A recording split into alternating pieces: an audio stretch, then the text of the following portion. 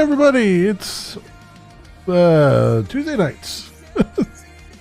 Don't know what day I thought it was, but we're back, and I didn't really have too much planned for tonight. I wasn't sure what I wanted to do, whether I was going to play Starfield or something else, but I think I want to do something else just for tonight. So two things I want to do. One, there was a demo that during the Steam Next Fest that I wanted to get to and didn't have the chance to, and luckily it is still available, it looks like. I want to take a look at this Joy of Programming software engineering simulator and see if it's actually as joyful as they say it is. And then I might I'm thinking of just kind of trying out Star Trek Infinite. We'll see how that works out for me or doesn't. We'll see how that goes. So let's grab this and see what is going on here, because I can't pass up a. Ooh, that is not copying over properly. Where you're at here.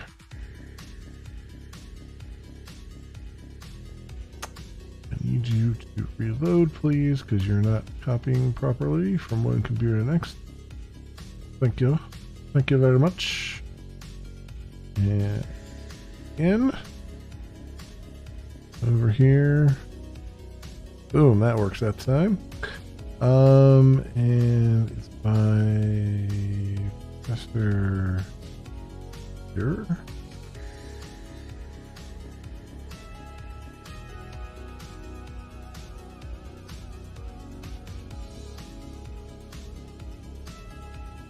Published by Playway.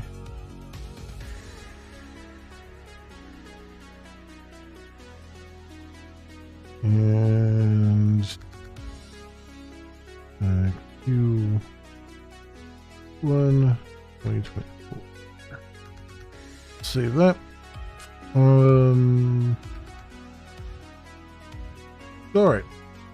Let's take a look at what this is all about here, my friends. I'm going to be recording this, at least this part. I don't think I'm going to record my Star Trek Infinite stuff, because I don't know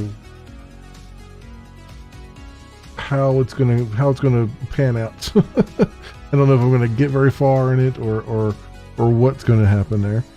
So I like to kind of, because it'll be my first time really digging into it. Well, that's funny, because I recently played Stellaris when in fact it was Star Trek Infinite. So okay, I think I see what's going on there. Anyway, let's go and get full screen up here. Very good, very good. Ooh, excuse me. Mouse cursor on this screen and see what we got here in the way of settings and other things, if anything.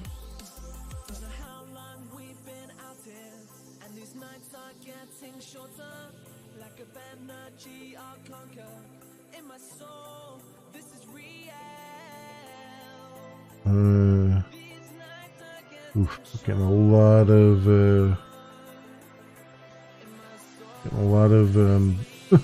screen tearing here. Ultra.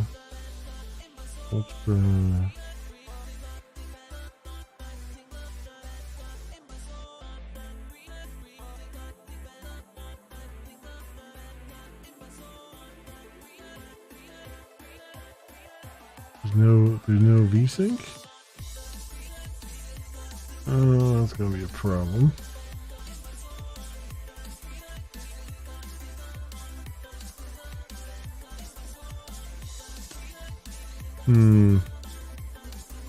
Okay. well, that's going to be a real issue. Let's just go with what we've got here. Now let's get the game audio up if there is any. All right, we'll just have to start from here, I guess. All right, let's get everything going.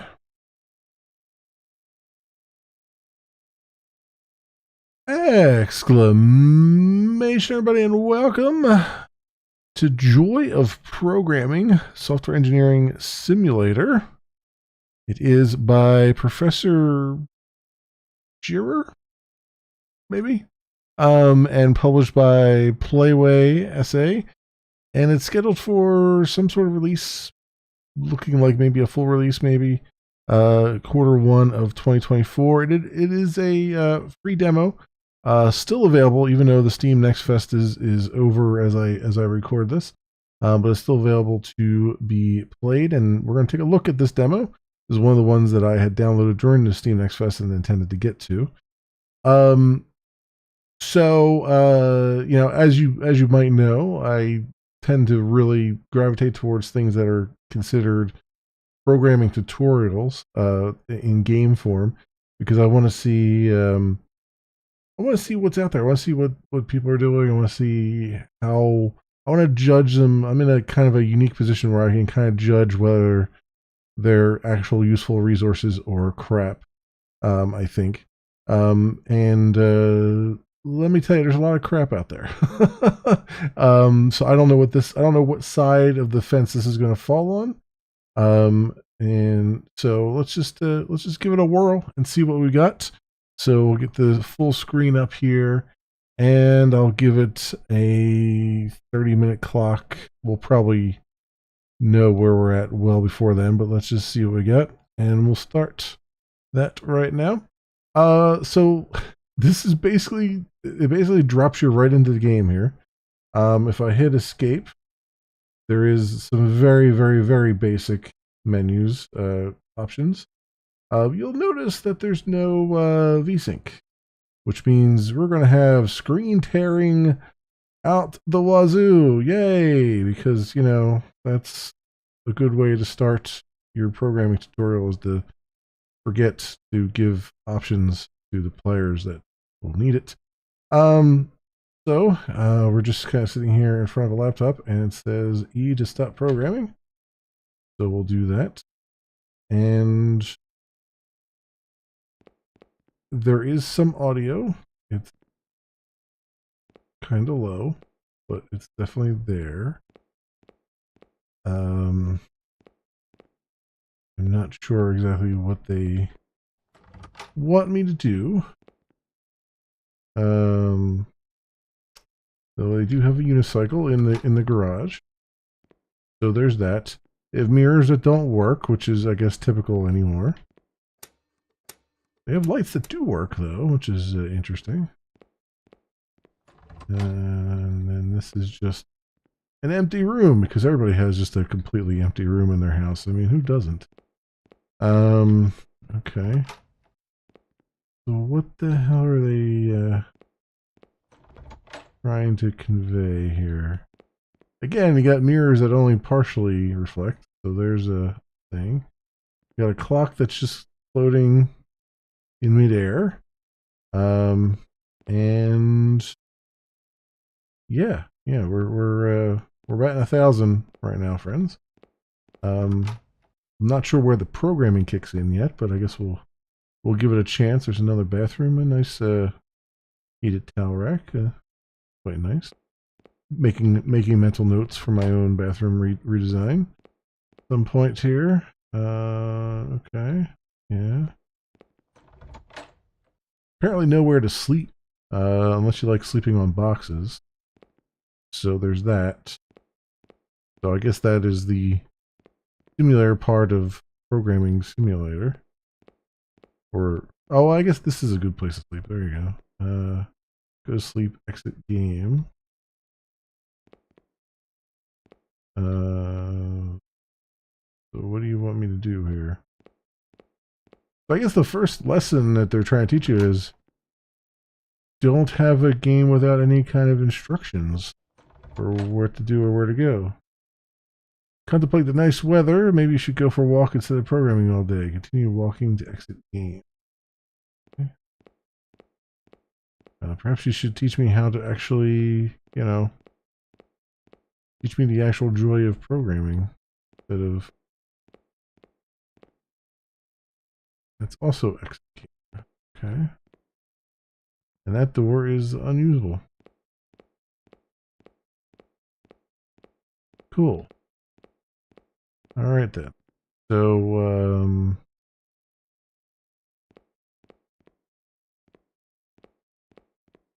start programming. Play joy of programming. Okay. Ah, I see. Because that was intuitive. Completely.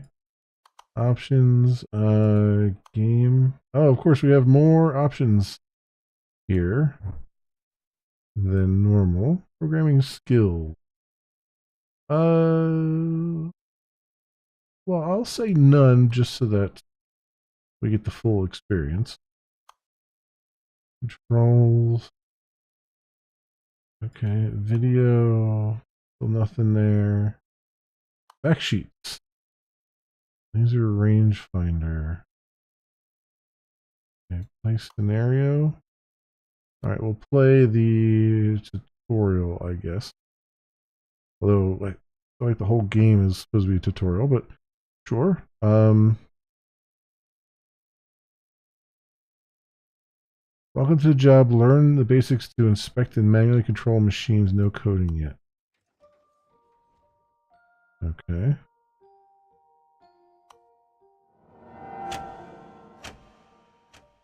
Alright, welcome. Pan the camera with WSD. Move the mouse to the edge of the screen. Rotate the camera. Click right mouse button. Move the mouse. Okay. Zoom the camera. Click the delivery container. Open the delivery door.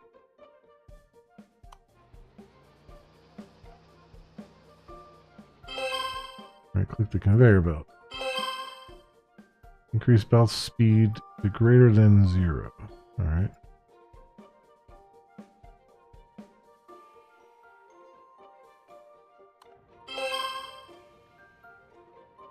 Wait for the box to arrive in the container.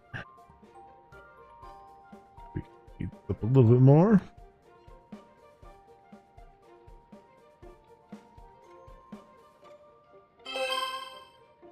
Close the door.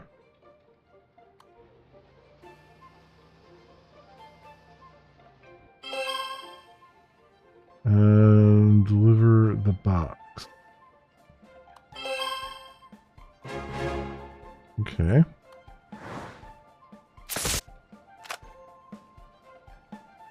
Sure. All right. They have the typical, you know, this is how well you did compared to everybody else. Okay. In most levels, there's a hidden briefcase containing interesting information.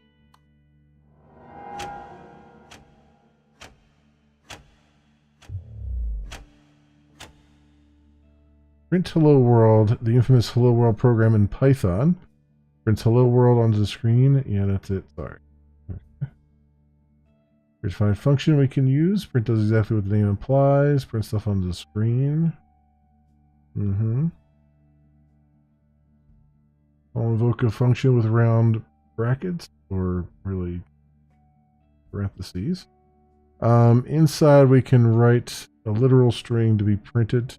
You surround it with quotation mark, or we could use the print of contents of a variable. We omit the quotation marks in this case. Yep. Or a number. Yes. Same concepts apply to other functions as well, though they might have different and more parameters. Sure. Okay. You're not really getting into what exactly that means yet, but okay, sure. It's an introduction.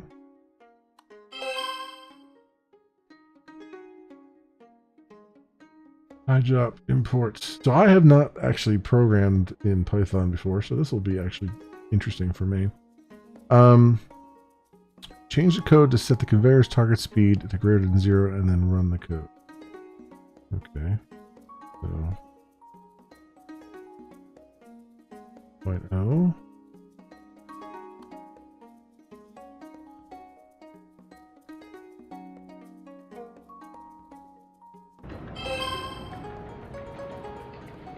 Drop the barrel on the floor.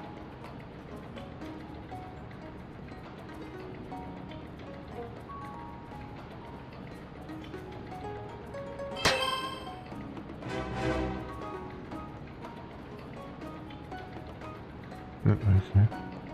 The little console there.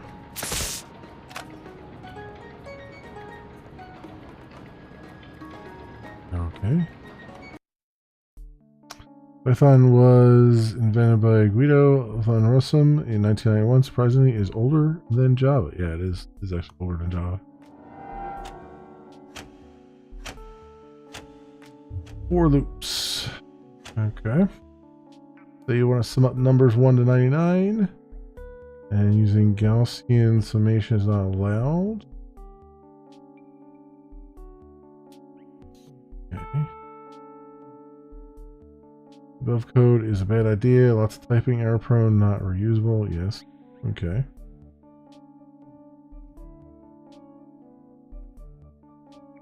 S equals 0 for I in range 100. S plus equals I. Whenever you need to execute something repeatedly, use a loop.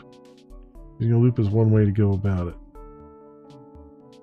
The for loop that runs exactly 100 times. It indicates I indicates the current iteration number 0 to 99.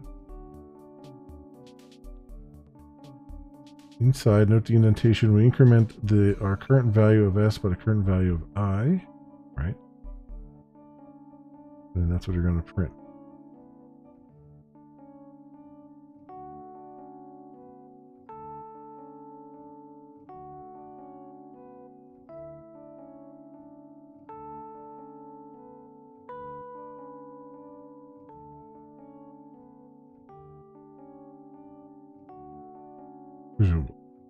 Although they're just showing you the full example here.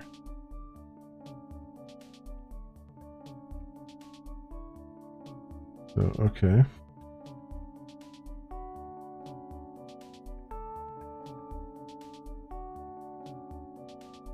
I don't know that I would do it that way. Well, I mean, obviously the loop is fine, but like, they're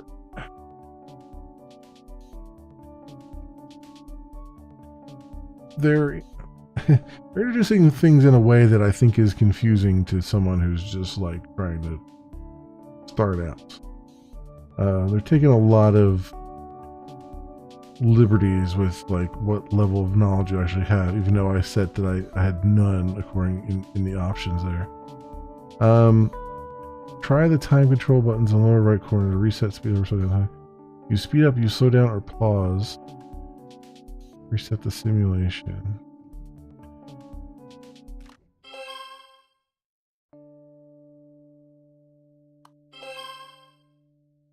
And then reset, okay.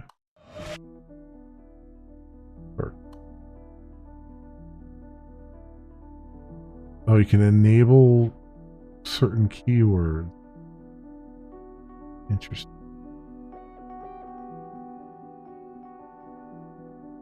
And enable advanced operators. Huh. Unlock the Python 4 keyword. Okay.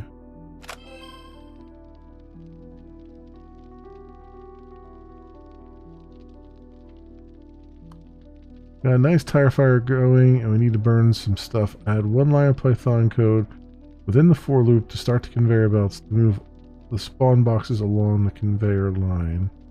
Burn 5 boxes. Okay. One line of Python code within the for loop to start all conveyor belts. Okay.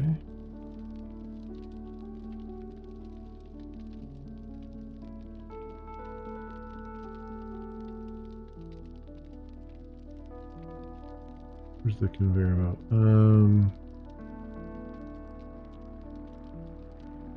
What comes? There's set. Target speed 5 point. Right.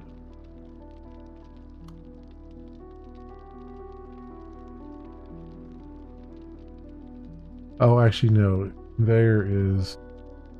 Let me stop that. It's actually conveyor because he's looping over them, so it's conveyor set target speed 5.0. There. That.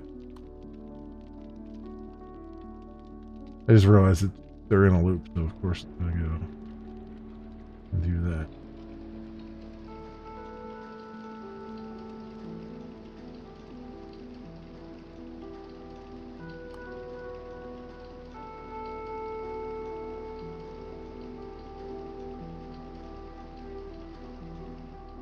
Let me speed this up a little bit.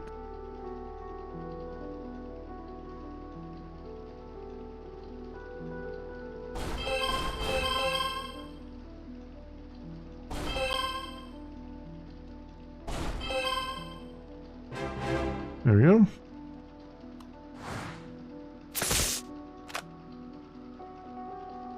Alright, so next. Use a clear button to code editor to reset your code. Okay. What if or else? If conditionals. Import random. If A is less than 0.5, print heads, else print tails. Simulate coin flip. Yep. Yep. Doing a random number generator.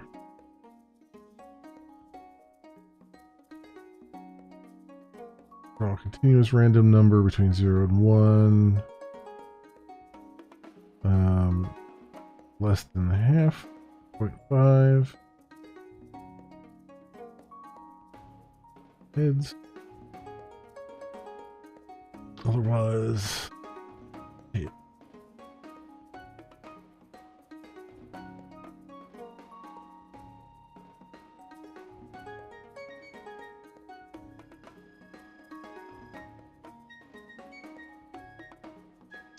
So this, I mean, this makes sense.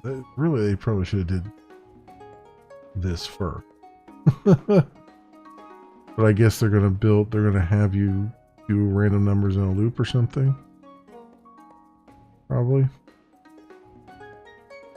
They're gonna want you to do like 5 coin flips or whatever. Probably like that, something like that.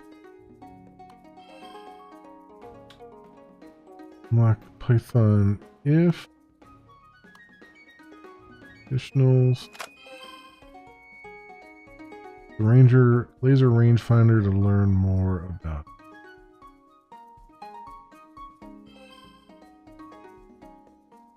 Mouse over RFID tag to learn how to get the RFID tag with Python. Click it to copy the function name.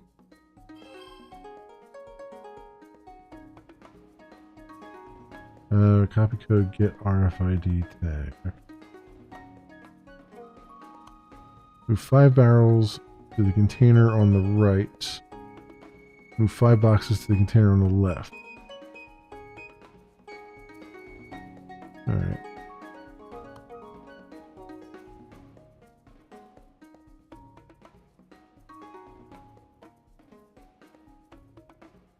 So, run main tag scanner get RFID tag scan by the scanner. Okay. So, we want to say, we're going to get rid of that.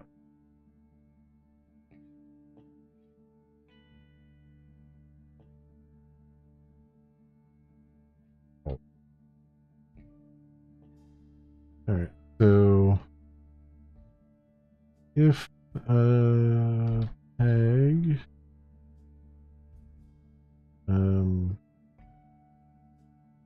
now do they do? I wonder if they do a double. Probably do.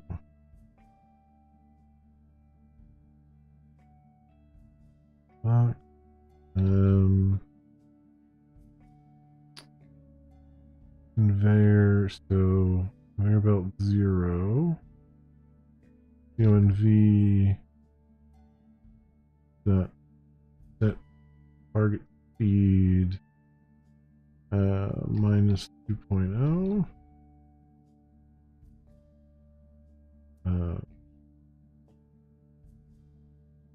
Else.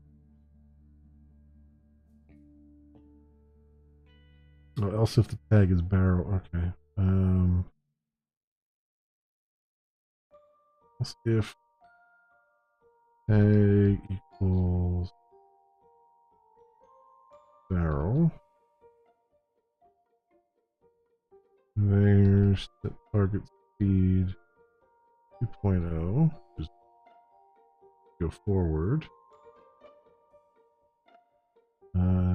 Else. There's the target speed. I'm gonna end up putting semicolons at the end of everything because it out of habit here.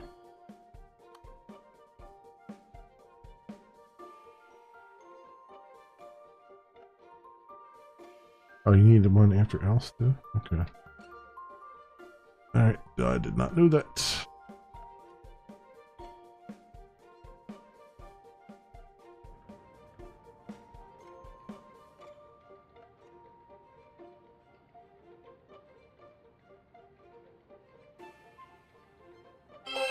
Okay. And barrel. There we go. This up a little bit.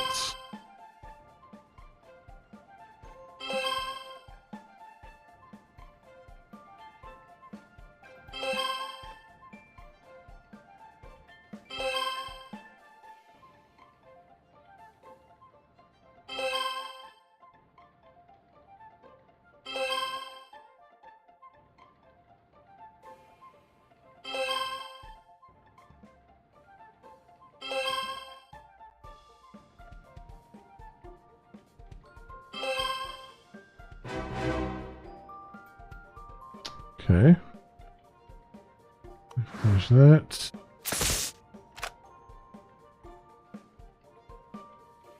Alright, I mean, not bad. The last level of the demo version is significantly harder than tutorials. Good luck. Okay. Well, let me edit. Precision parking.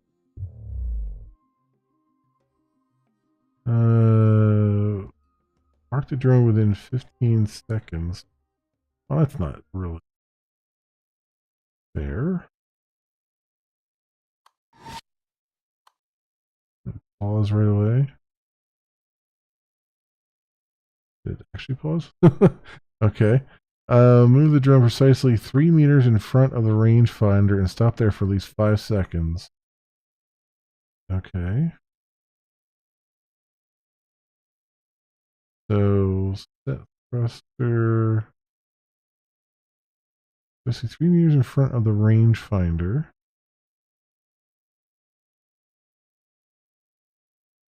Set thruster force right.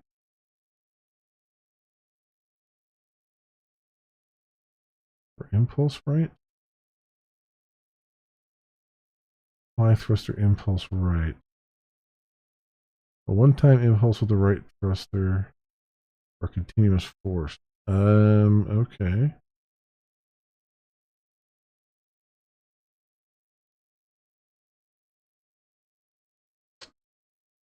So I guess I want an impulse right. And then we'll do... So where are we at with the send time, current time?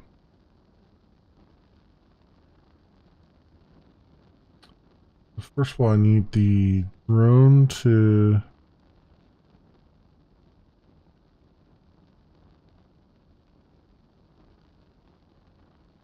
stop there for at least 5 seconds. Nicely 3 meters. How's it finding the distance right now. I guess it's looking at this. Rangefinder range. Okay. Rangefinder find range.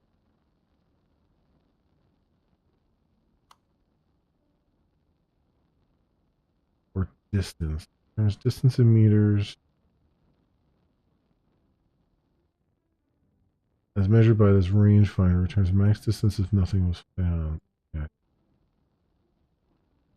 So we've got rangefinder first. So scanner.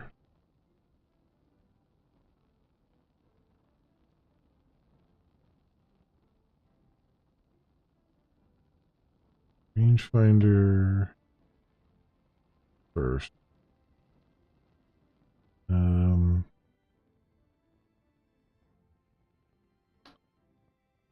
The distance, so current distance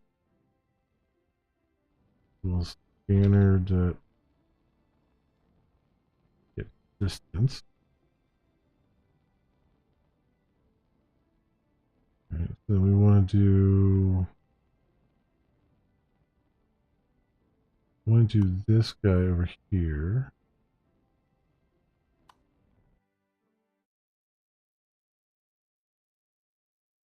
First drone find drone. Okay. I'm gonna say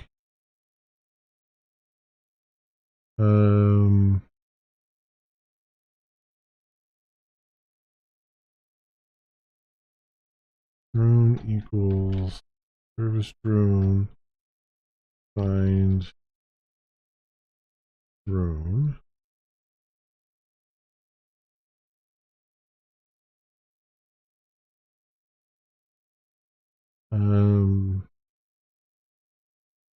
Drone dot high thruster impulse right, and it would be so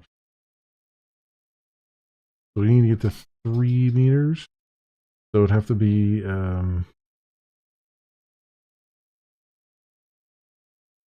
it would be current distance minus 3.0. Right, so that would be, and that would tell you how far you need to go. Impulse right on. I think. Then we just have to stop there. Right? So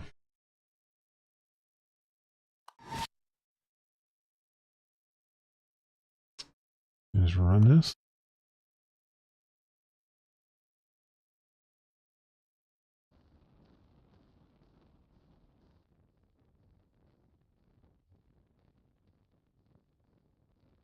Why is that happening?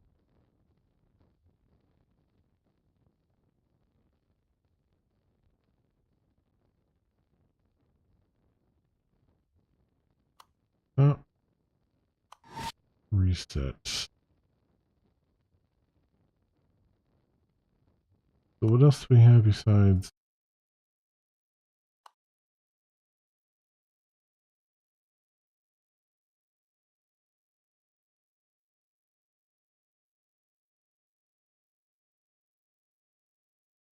One-time impulse with the right thruster.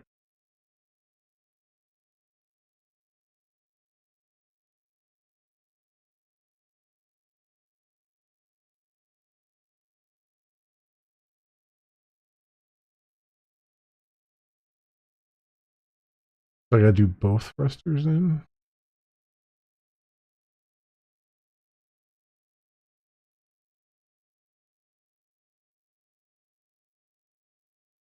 Oh, or I gotta do continuous force.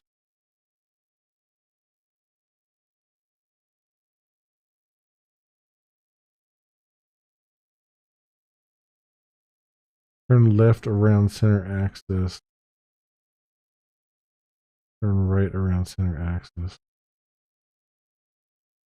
Nice. Nice. So if I did say 200,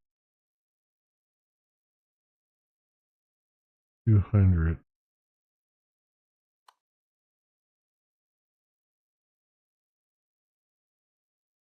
They just cancel each other out.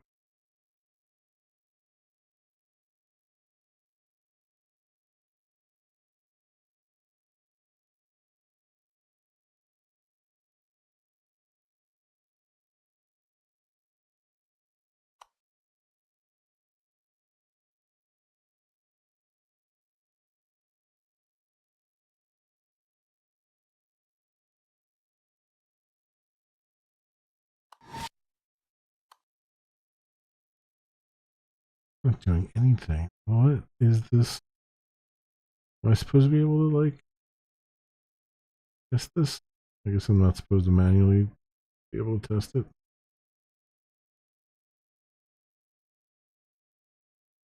Weird. Um,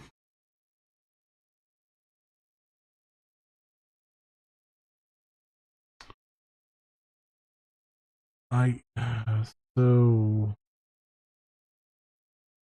right. So the force has nothing to do with what I'm trying to do here. If I look at the code here,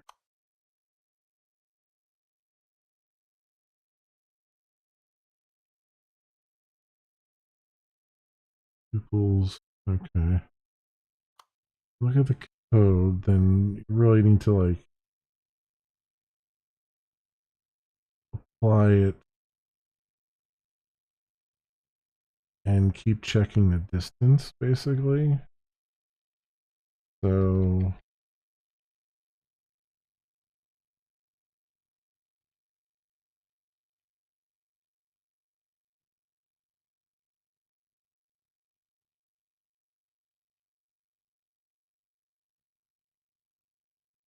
um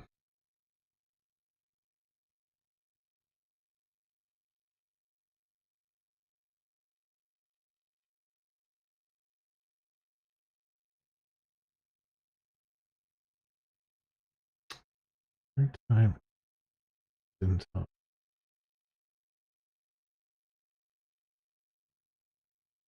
What would you loop over? I guess you loop over the distance until it got to 3.0.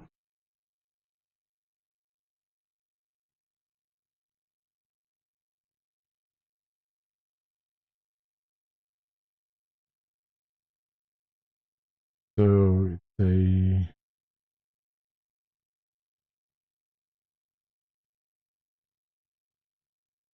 well no, I mean it would have to be I think this runs a loop anyway, so if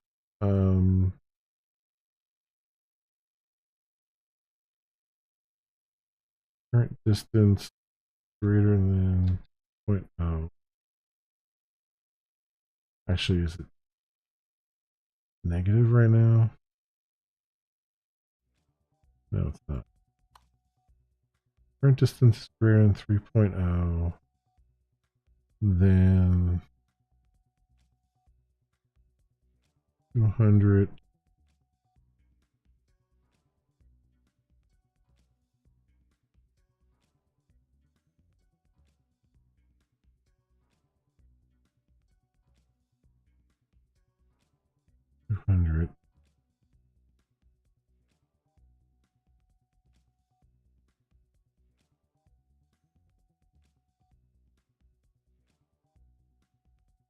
Right, and then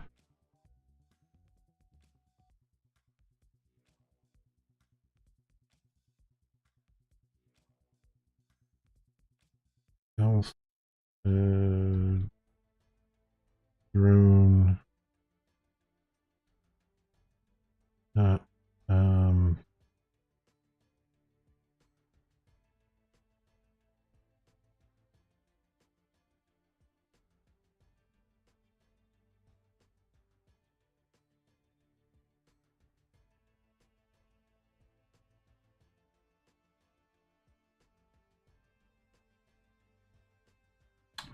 no idea.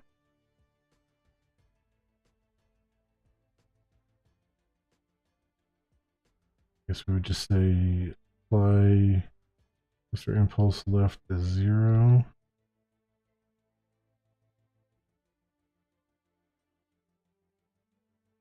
Zero.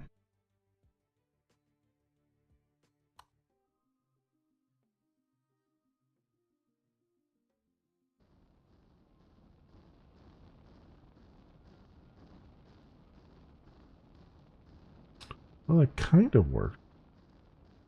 Worked a little too well, though. Try that again.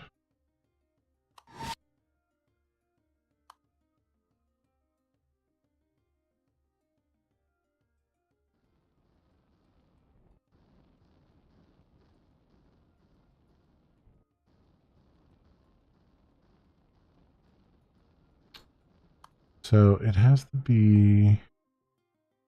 So it's getting there. It's just going too far. I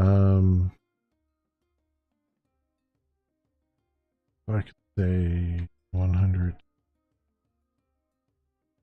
here. I'm going to bet that's probably going to be about the same.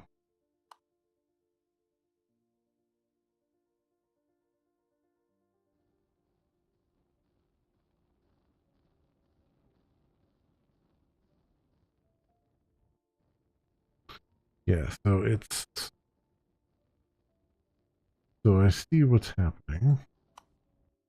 Which is kind of what I figured. Is like it's overshooting. And they really want you to kind of reduce, I guess.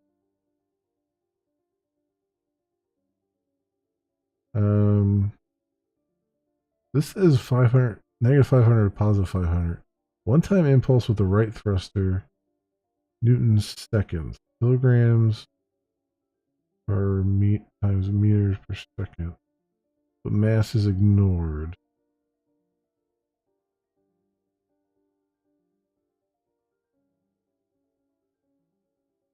So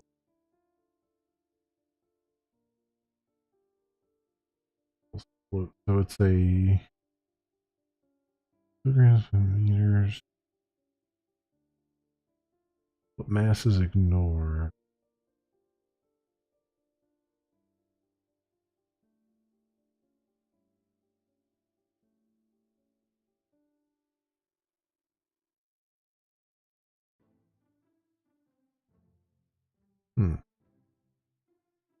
So if you did, I guess if I just did like one burst of 500.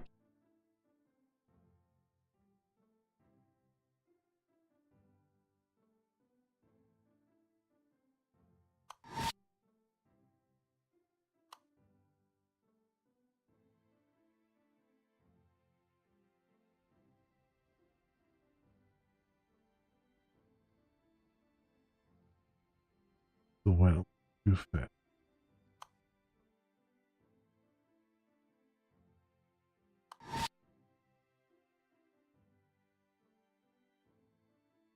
It seems like it's going. So the ticks are going a lot. Okay. Let's do.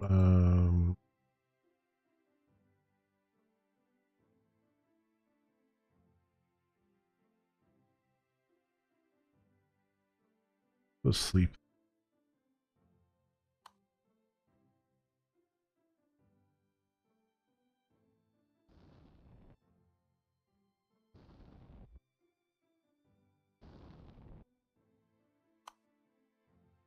How far it got after the first one? It jumped pretty good.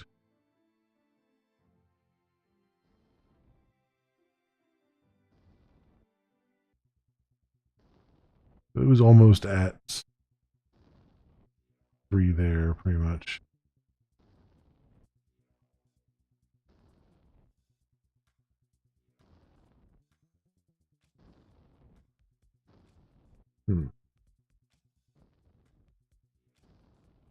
So, yeah, all right. I can see what they're going for here. yeah, I kind of get there. There's obviously, it feels like there's some sort of math I'm supposed to be doing here. To sort of get this correct. You know what I mean? Like to find the correct amount of thrust. But they haven't really given me any clues as to what that math should be necessarily.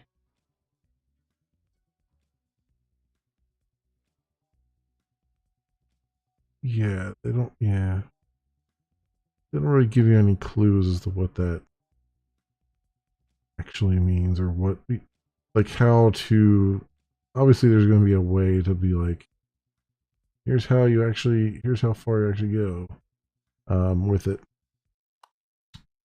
But and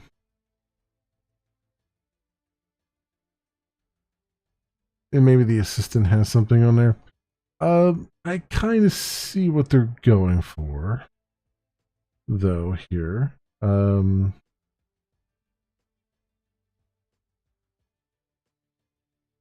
I don't know.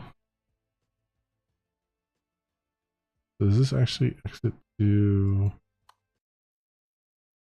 this here? Okay, yeah, it does.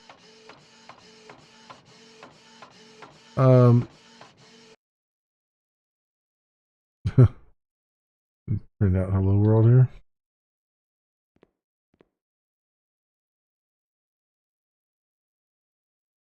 We had all tutorials. Okay. Yeah, so I see what they're going for as far as the tutorials and stuff. I think they're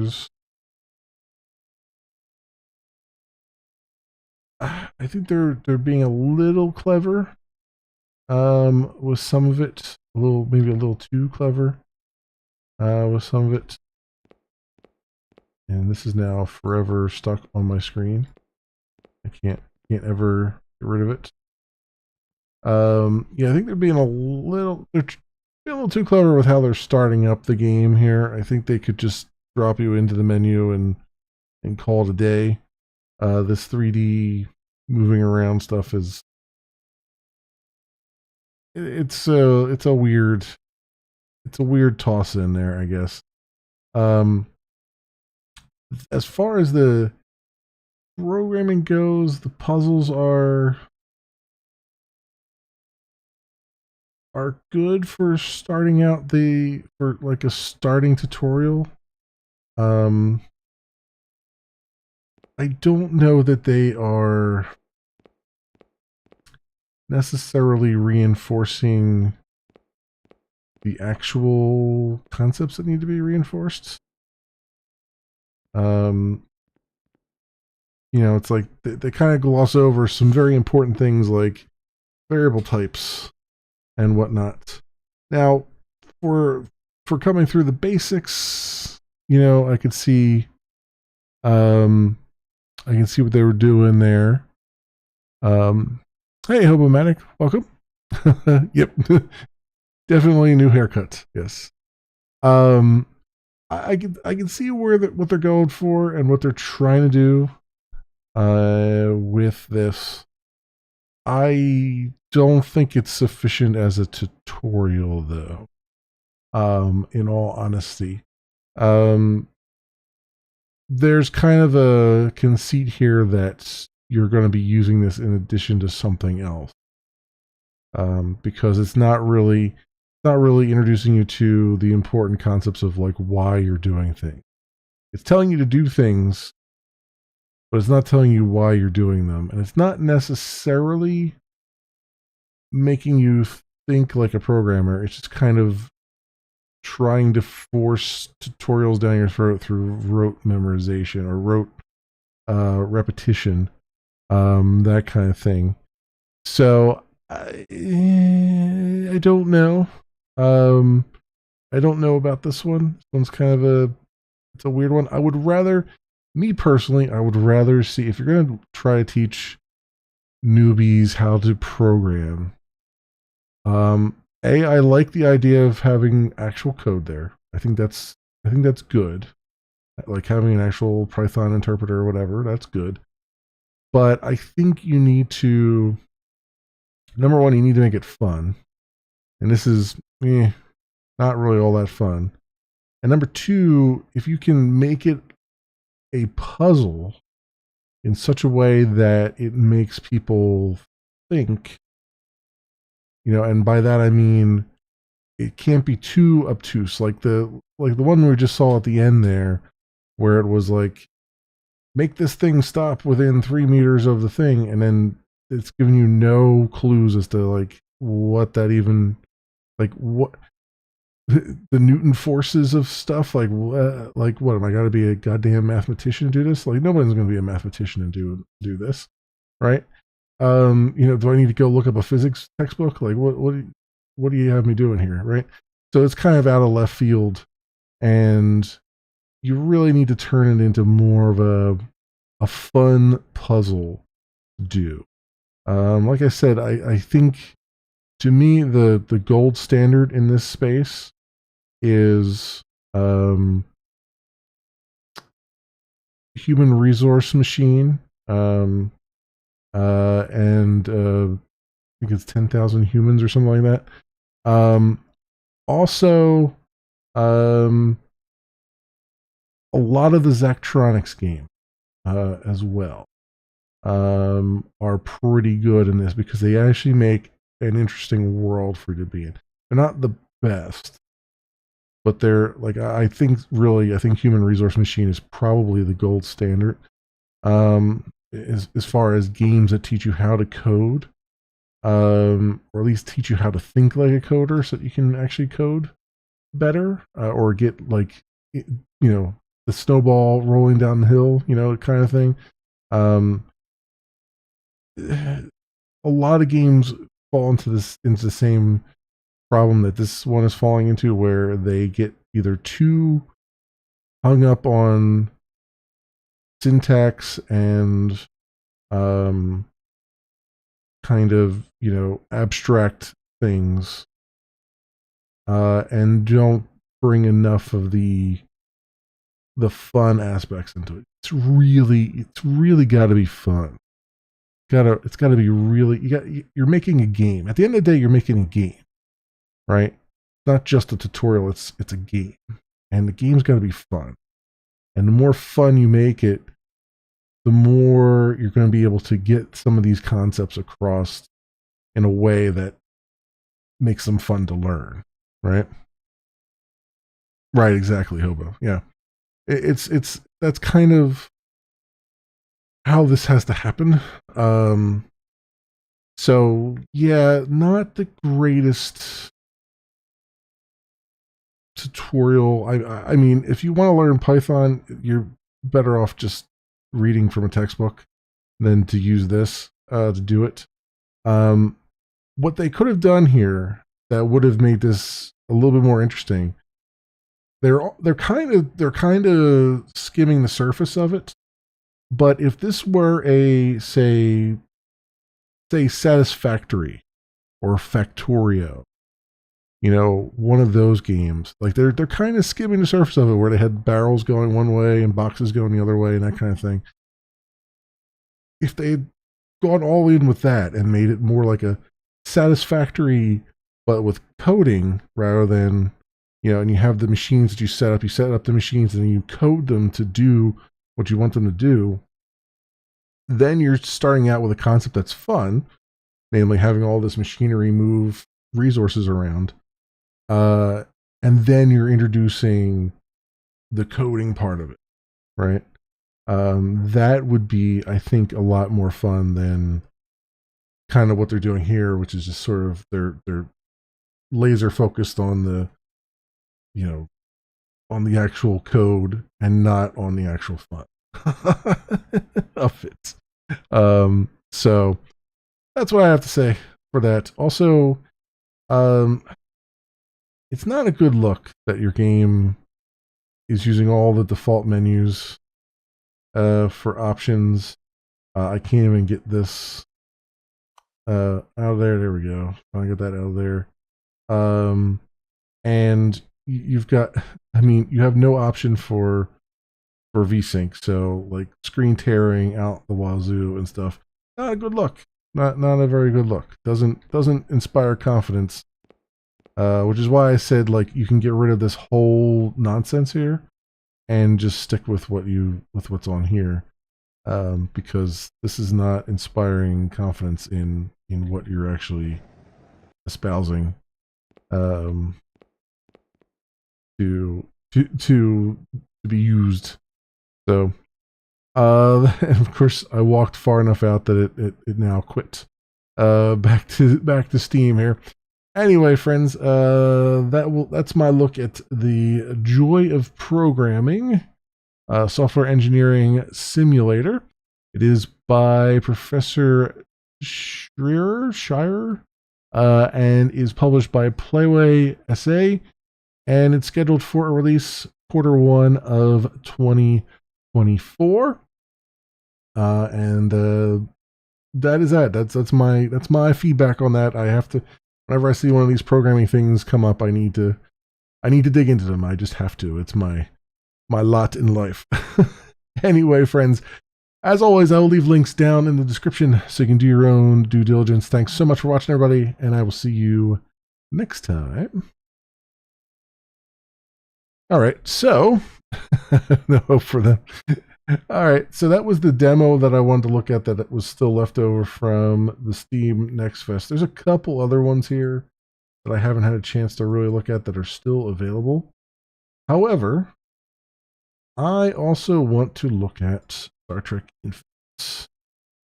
I would like to play some Star Trek Infinite. I want to see if I could figure it out, because this is by Paradox. It is in the Stellaris engine. In fact, Stellaris pops up as being something I just played, even though I just played Star Trek Infinite, so it's pretty much a skin on top of their regular engine.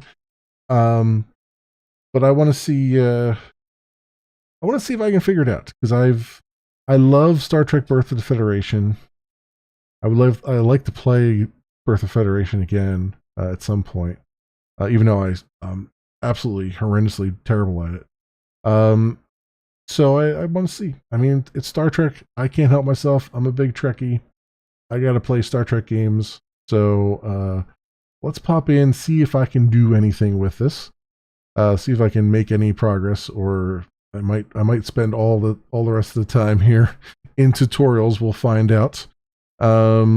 So one of the things though that's fun and awesome is you can't actually play it from Steam, because it just says it can't find its launcher, which is awesome. So instead, I'm gonna have to launch it directly from its file system here. So, you know, quality Paradox programming right there, friends. Quality.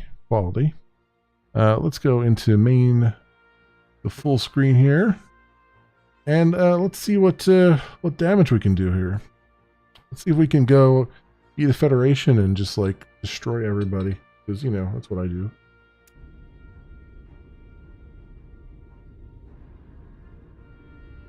All right. So, I think first of all, it's very low.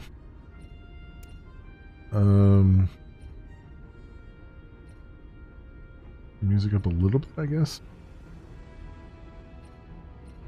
Visor volume. Apply some of that. All right. So I looked through the settings already, and I set them to whatever I think they ought to be, and let's go new game. Strongly recommend playing through the tutorial. Yes, I want to start. I have not. I think I briefly played Stellaris, but it was years ago. United Federation of Planets, representative democracy. The United Federation of Planets, widely referred to as the Federation, was founded in 2161 by the Andorians, humans, Tellarites, and Vulcans, pioneers in the quest for interstellar exploration and cooperation between species. The Federation is profoundly rooted in the principles of liberty, equality, peace, justice, and progress. Further these goals of peaceful cooperation, scientific development, and space exploration, Federation members work together with full trust to exchange knowledge and resources as well as expand their territory through diplomatic means.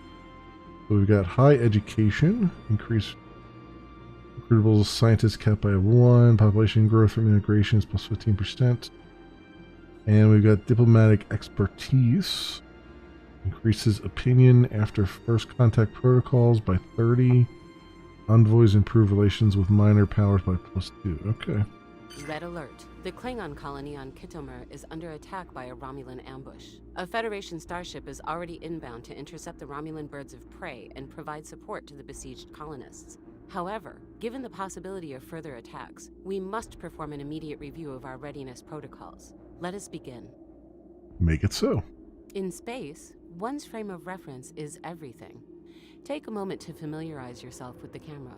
Zoom in or out using the mouse wheel. Holding right-click and moving the mouse will rotate or tilt your field of view, while the WASD and arrow keys move the camera directionally. When ready, click on our construction ship to begin the readiness protocol. USS Henley. This is the beating heart of Starfleet, a Federation starship. To move the ship, use the Move button on the ship's action panel. Ships can also be moved with right-click.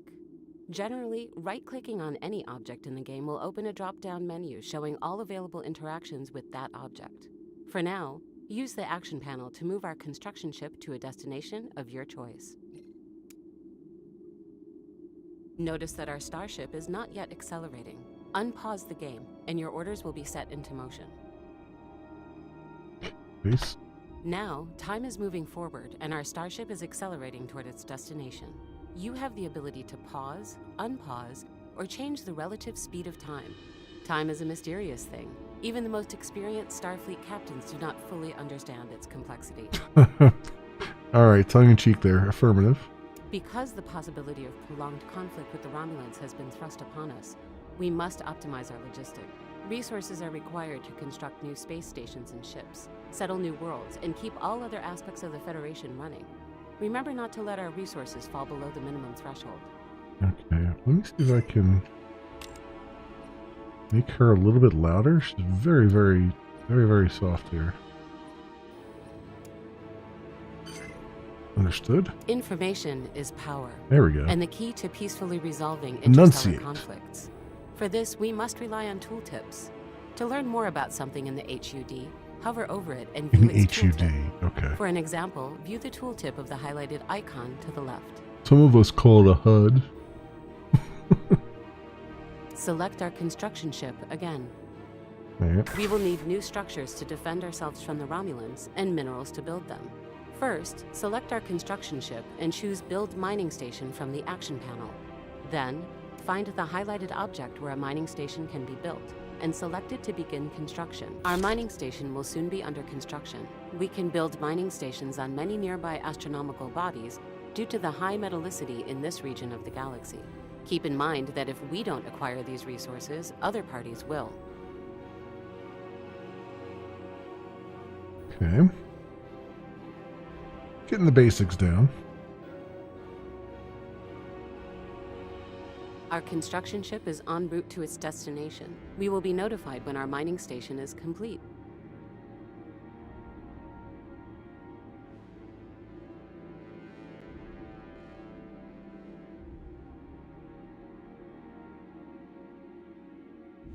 I stopped just outside of it. But alright.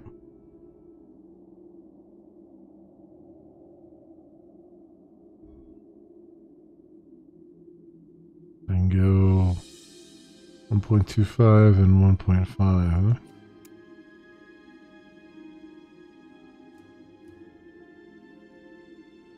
Oh, there it is. There's the percentage down there. Okay.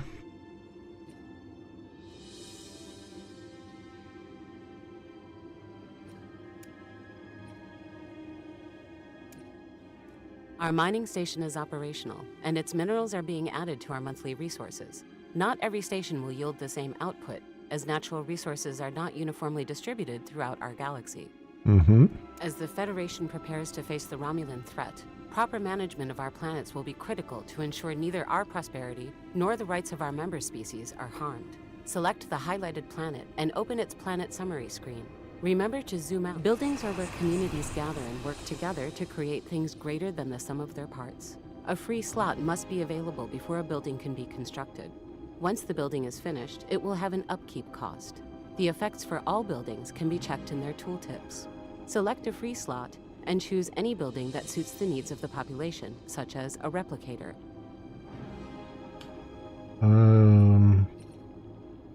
Where's the needs of the population at? Unemployment.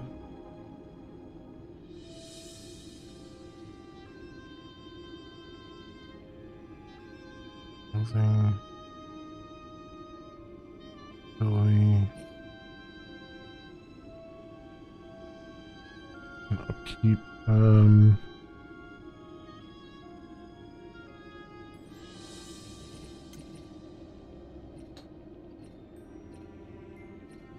Administration offices.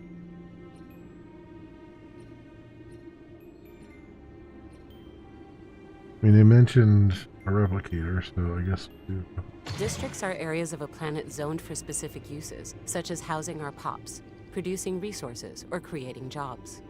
Intelligently zoning our districts can mean the difference between a successful world and one with deep systemic issues that will negatively impact our wider civilization, including our ability to defend ourselves from external threats. Go ahead and build a city district. Buildings need POPs to use them. It doesn't make sense to pay upkeep costs on empty buildings, so a world should be home to a sufficient number of POPs for its infrastructure. Unemployment will rise if POPs are mismanaged, but can be reduced by creating enough jobs. Okay. Build jobs do. Close the planet management window by clicking the X in the window's top right or with the escape key. Above all, readiness means having the best possible defenses for our own worlds. Starbases can be upgraded with shipyards and many other valuable structures. Starbases also give us ownership of the systems we have surveyed and formalize the status of those systems as part of our territory. Find the highlighted starbase and select it. Okay. Whatever course you decide, a strong response to the Romulan attack on Khitomer will require us to build ships. This starbase already has a shipyard. The specific modules a starbase has depends on its intended use. Open the Shipyard tab. Starfleet's charter dictates we maximize our knowledge about nearby star systems, both to broaden our scientific understanding of local space and for our own defensive purposes. We cannot protect what we don't understand. Let's build a science ship to begin surveying. A new science ship has been ordered. Construction will commence soon. Remember, you can unpause the game using the time controls. Okay. So, I think what I'm going to need, what I really need, is for the game to start me off with, like, nothing. And build up from there so I can understand what the hell's going on. Because I hate when games, like, give you, like, 20 things. We need to assign a scientist to the bridge of our ship. And then, select our new science ship. And then you have Click to on sort the of empty leader remember all portrait these in the things. ship's action panel to assign a scientist. To recruit a new scientist, click the Recruit button. Hover the cursor over the trait icons to view the details of each trait. Check if any could improve survey speed. If no traits match the task at hand, any scientist will do. Choose a scientist and select Recruit to assign them to the ship. Survey speed, research speed. Research speed. Research speed.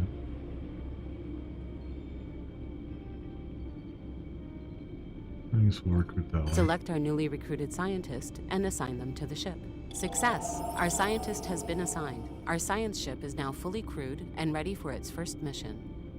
Now it's time to fire up our warp drive and go where no one has gone before. Click on Galaxy View to zoom out and see the entire galaxy. This is our galaxy, our home, and the home of most other intelligent species we have contacted, including those hostile to us. The intricacies of anything on the galactic scale can be daunting, to say the least. To make it more easily navigable, let's examine the quick access panel to the left. The mission log will be our main center of operations throughout the game, and the first place where important information is updated. To open it, use the F1 key or click its icon on the quick access panel. The mission log stores all our present tasks, including active special projects and unresearched anomalies. It functions a bit like a ship's computer, but for our entire civilization. Make sure to check it frequently, and don't forget to complete missions marked tutorial for further training once this protocol is finished.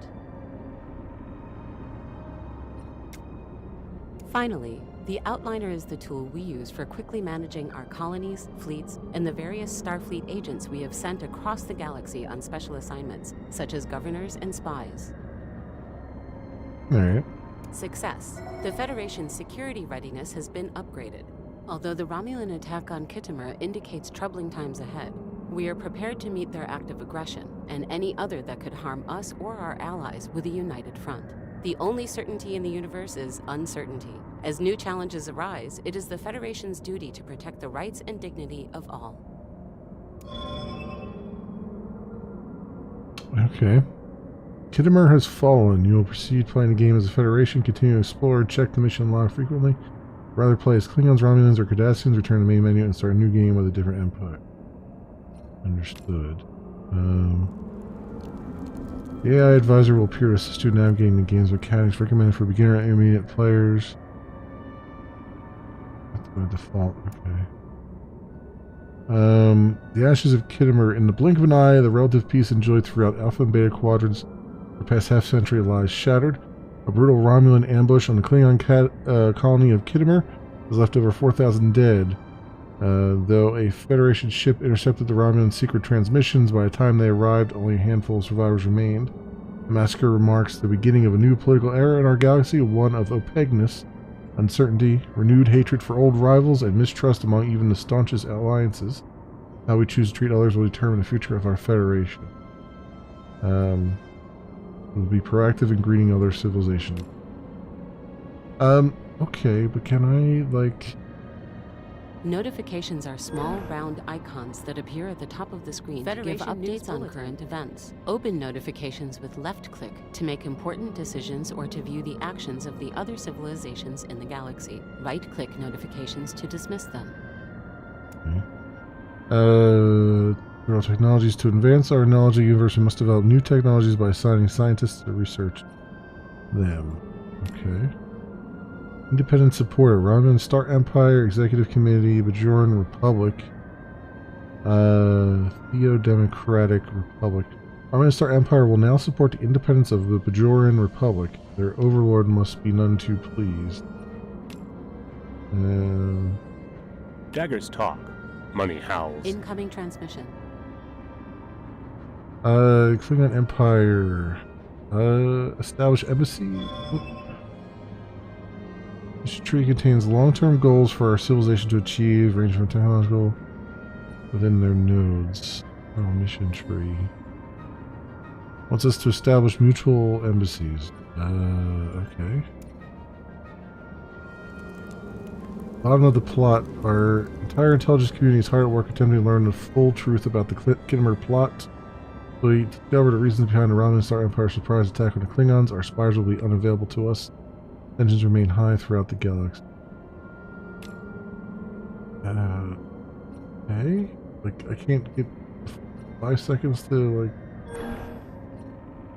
figure out what's going on here. The expansion planner is where we can view all possible habitable worlds within reach of our civilization. A new tradition, as well as each one's planet class, which can determine whether or not a world may be suitable for terraforming. Federation News Bulletin. Oh, for crying out loud. Alright, I hate this. I hate when the game is like, let's throw 55 things at you right away. Like, how am I supposed to understand anything that's going on when you keep throwing crap at me? We will do our best to understand you. Here. Can't support it. We will do our best to understand you. Incoming transmission. I can't. What the hell am I even? Federation News Bulletin. You gotta be kidding me here. Who does this? Who puts a game together and is like, yeah, let's just completely annihilate you with tutorials without giving you any chance to even understand what the hell you're looking at? Like, what the frig, man? Like, this is Paradox Software. You would think at some point, you know, given that this is their bread and butter, that they would understand how to actually tutorialize their own games and not do this nonsense where it's just like, let's just throw 900 things at the player because that's totally awesome tutorial. Ah, Christ's sake, man! Like, yeah, let's just throw 900 things at the wall here. What the hell? Like, I don't even have a chance to know what the hell is even going on. I haven't had a chance to look at any of the menus. I keep getting things popping up in my frickin' face here. Like, what the hell? This is our galaxy. Most vessels cannot travel unlimited distances. Shut up. With the exception of... Shut up. God damn. Alright, let's... I hate that so much. Can I do a new game that's just like a regular new freaking game without 20,000 things popping up in my face here? So I want to do, let's do Federation. Alright, and then black.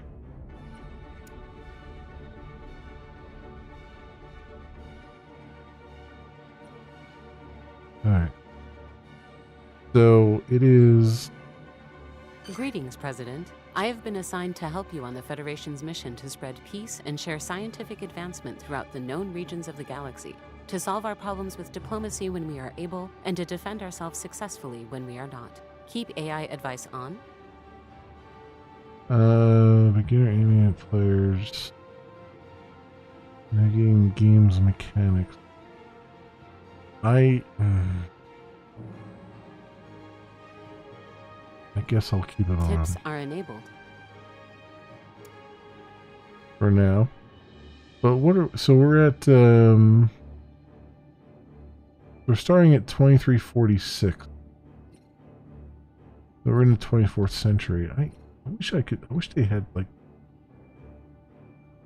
I wish they would do Birth of the Federation stuff instead of throwing you right into the middle of nonsense here. But, you know, whatever. So we got Space Dock 1.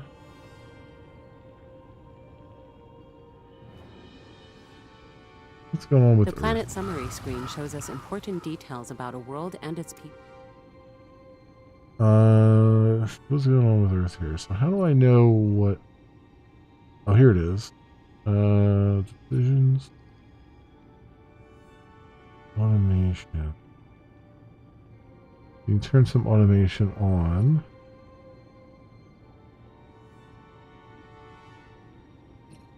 Planetary decisions are local measures passed for the specific needs of that planet's pops and can relate to law, culture, criminality, or the economy. Decisions can be unlocked via researching new technologies and other civilizational advancements.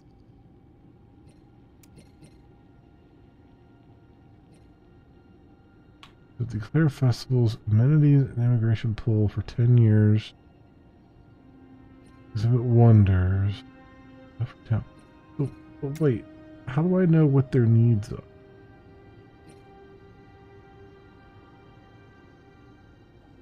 Unemployment's good. 2 available jobs. Crime is 0. Amenities available 48.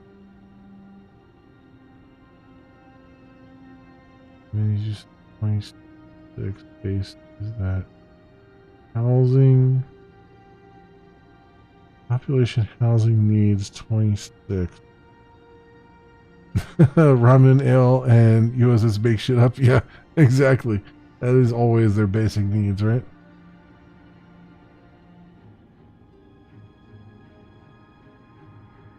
Population housing needs is negative 20. So I'm guessing the negative 20 means that we've got 20 people who don't have houses, essentially.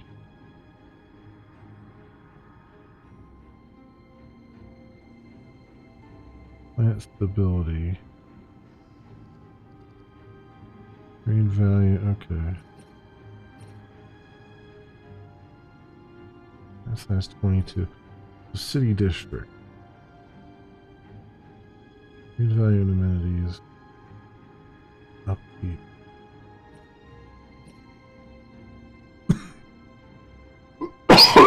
So upkeep needs energy. Maximum districts, free district slots 13.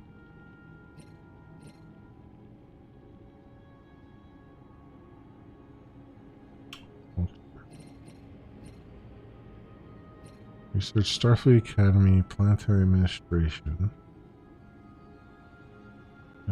Okay.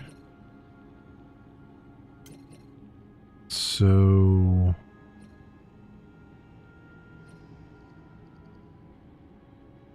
Chateau.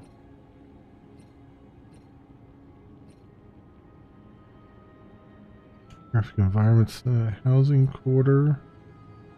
Housing is +4, amenities +2.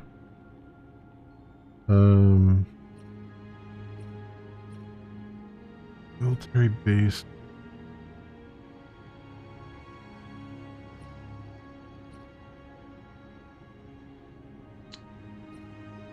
So let's do housing Construction quarter. in progress.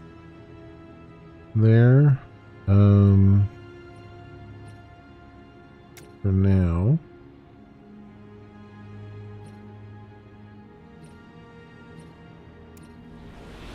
Andoria.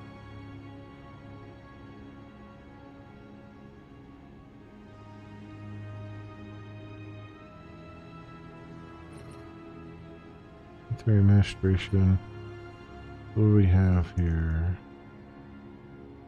Political standing. Low amenities and crime. Amenities 9.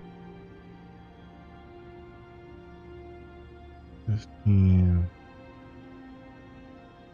80%. Penalties from low habitability. Okay.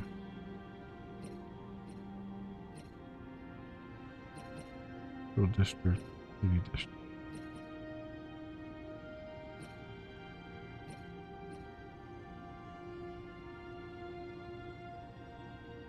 Production. What would you do here?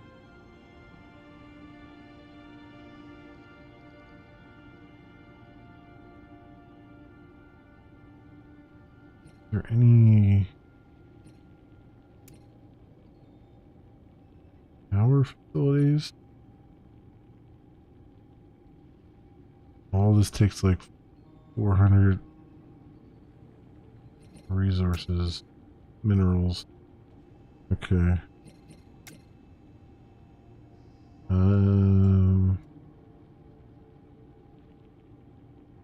So where are we at here?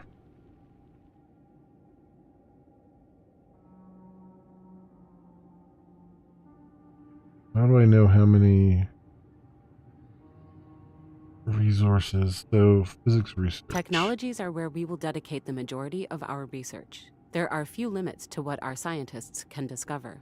It is recommended to keep each research slot filled with a scientist whose traits best suit them for their field of study. Once research has been assigned, a priority can be set which will place that technology at the forefront of our efforts.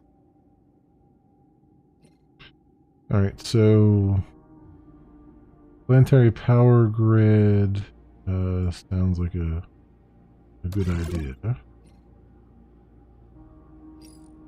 Society, I made it living spaces, auto organizing, self-cleaning homes, general preferences, recruitment, outreach programs, automate living spaces and standardized Miranda schematics, auxiliary impulse engine, fuel costs, improving maneuverability. Deuterium from mining stations. Deuterium refining protocols.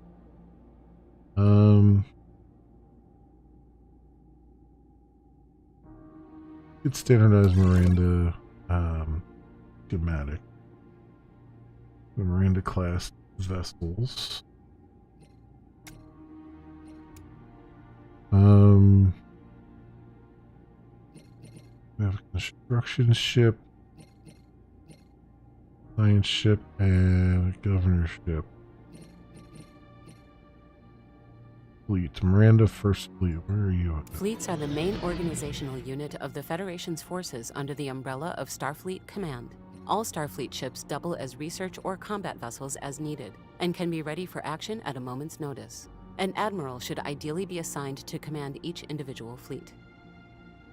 Okay, do I have an admiral here? The Leaders menu is where we can hire, dismiss, or assign governors, scientists, admirals, generals, and spies in need of work. Spies are not immediately available upon game start due to extenuating political circumstances in the galaxy. If they are still unavailable at the time of this message, they will return shortly. Okay. Admiral. So, T'Pau, Heidi, Madeki, Run. Places at 1, ship evasion, 5% sublight speed, 20%. Bold. It's a bold admiral. Ship fire rate 30%. Shield hit points. Shield damage. Tracking hull damage plus 50%. Fly strategist. Ship upkeep minus 10%. He's also bold. And they're bold as well. Okay. Hungry for glory. Leader cost minus 50%. Leader upkeep minus 50%. The POW is hungry for glory? Okay. How's a Vulcan? How are they hungry for anything? Gun.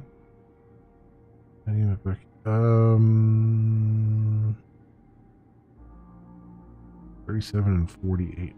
Very young Vulcans too. I like the 2 places at once.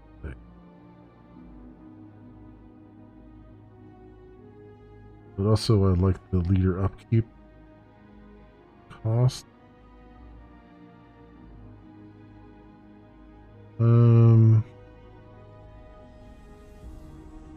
We do not have enough resources. Oh, I need, what is this? I need 300 officers?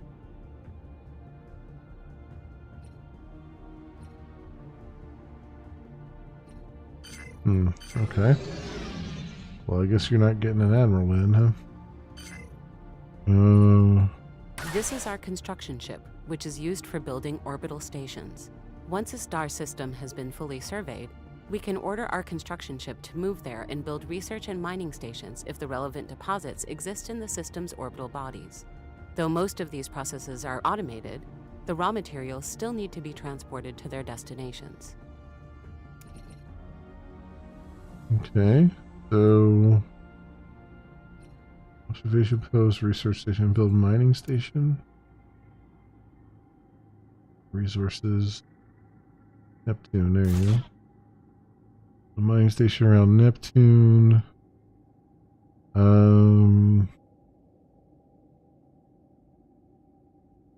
Mining station there already.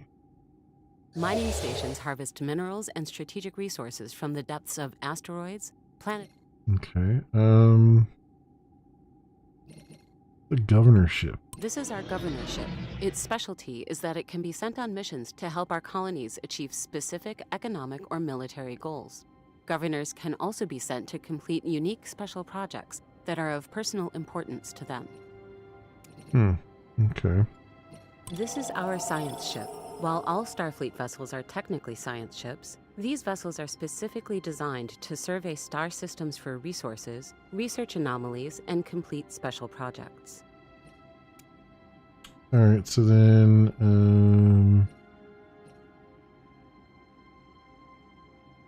galaxy map, exploration map mode. This is our galaxy. Most vessels cannot travel unlimited distances, with the exception of science ships. A starship's warp range determines the maximum reach it can move in a given direction. A ship's warp range is determined by its proximity to the nearest starbase. Building starbases will increase our overall warp bubble, allowing our fleets to venture farther into the unknown. Diplomatic constraints, such as other civilizations closing their borders to us, will decrease a starship's warp range. Pay close attention to who allows us to travel freely through their territory. While this map is open, clicking on another civilization's territory can provide some basic information about them. Changing the map mode can reveal different information, such as others' opinions of us, AI attitude, and more. Type star. So, Frontier Outpost.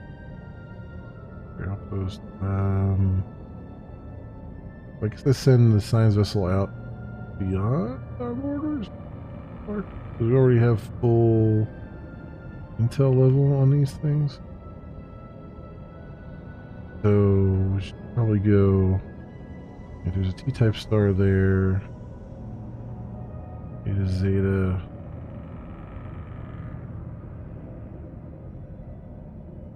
Dark Matter Nebula. So can I just say like go here?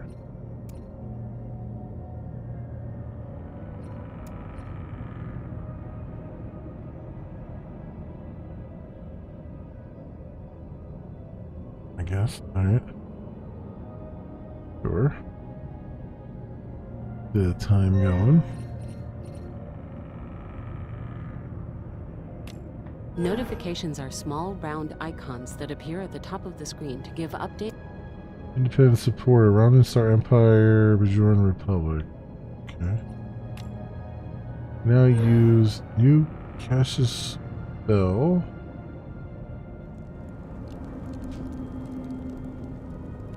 Okay. Throwing everything at me now. Ashes of Khitomer, Blink of an Eye, Relative Feast, Alpha and Beta Quadrants.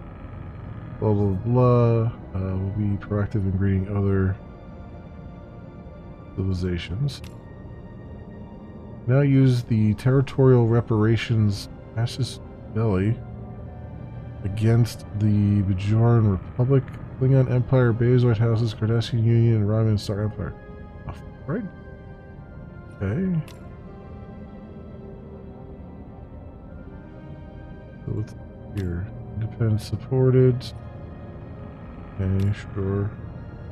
Our mission log. This is the mission log, our main center of operations where important briefings are stored. The anomaly screen. Sure. Okay, so this made it down here. So then, if I go in here, is there anything? We have a starbase. Starbases are the most basic, non-planetary units of our civilization. Each starbase we build brings a new system into the Federation. We can also capture hostile starbases by making claims on them. Starbases can be upgraded to include shipyards and other valuable modules. Their presence in a system also expands our borders and increases the warp range of our starships. Once a starbase is built and that system falls under our jurisdiction, we are free to build research and mining stations there, or to terraform and settle any worlds that may be hospitable to life. Okay, so is there anything worth mining here?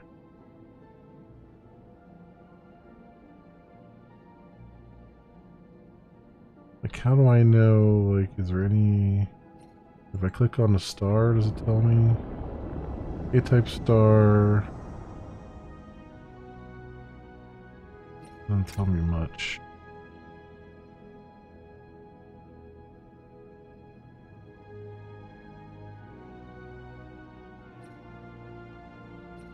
Planet, science ship. Okay,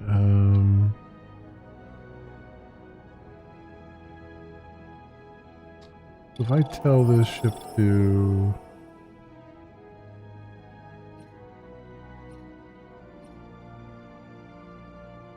go here, enter orbit, will it like scan for me? Galactic tensions at 7%. Incoming transmission. We will do our best to understand you. Betazoid houses. Matriarchal aristocracy. Friendly, unavailable. Form a research agreement. We propose forming a research agreement with the civilization, both to gain a bonus when researching technologies. Okay.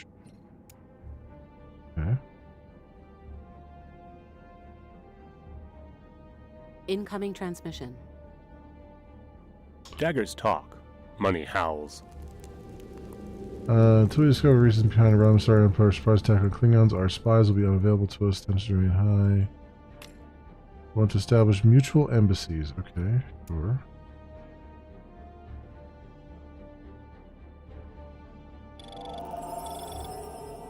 So,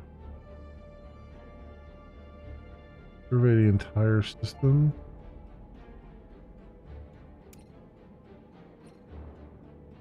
Already surveyed.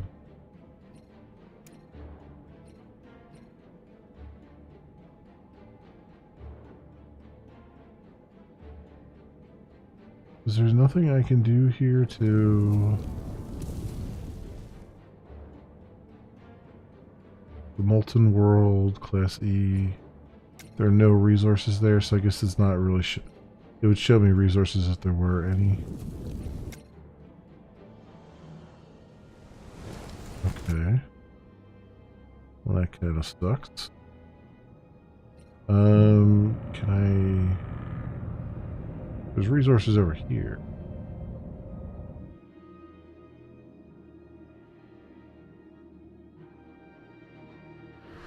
SJ... Oh, here we go. Gas giant. What is that resource?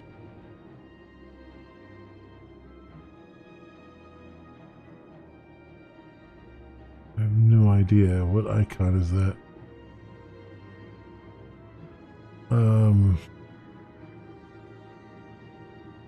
But they really don't make these friendly to newbies, do they? Like, this UI is... Look at these icons. They all look exactly the same. Good luck. I don't know what that... I don't know what that icon means there. There's 3 power there. But over here we can do something. So let's go here. And... I create a... We have an outpost here, a construction ship. I guess I can't. I want to create a defense platform. Oh wait, here we go, shipyard. That's what I want. Starbase does not have a shipyard. Hell, man. Upgrade to starport.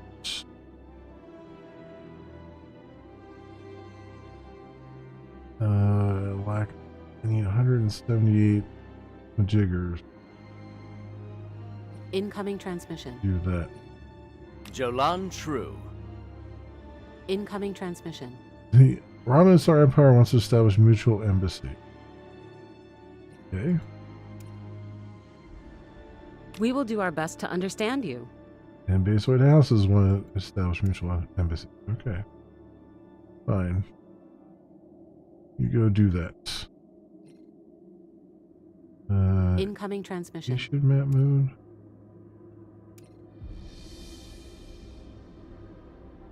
We will do our best to understand you. Betazoid, for a commercial pact with civilizations will increase the trade network value of each empire and improve our relations. Okay, yeah. Sure. I mean, is there really a point to having all those different... I mean, in the grand scheme of things, I realize that having 92 packs is how things work in real life. But, like, does it actually do anything? Does it actually... In a game like this, does it really make any kind of difference in the end of the day?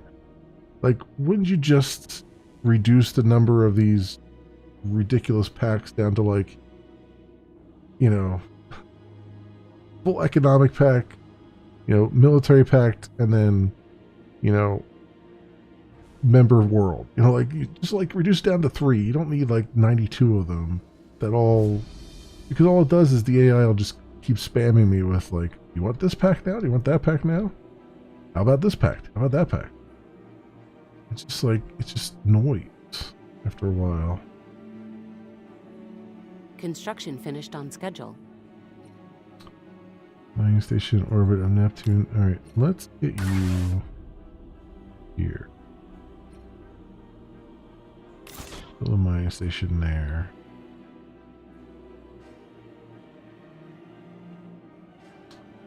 I'll see if I can get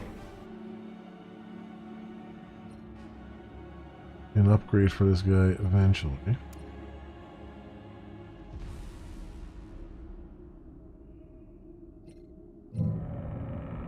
So where are we at here? B-type star. So what if I sent my science ship here? Perfect.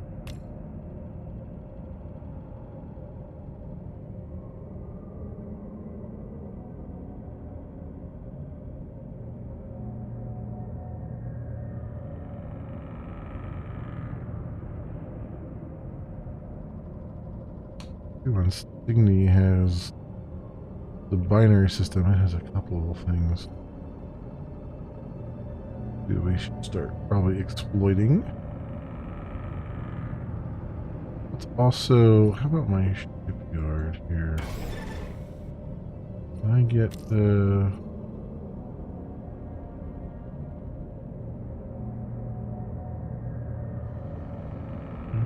orbit? Can't get a construction ship because I don't have enough. No. Base 100. Oh, I need 100. Those, okay.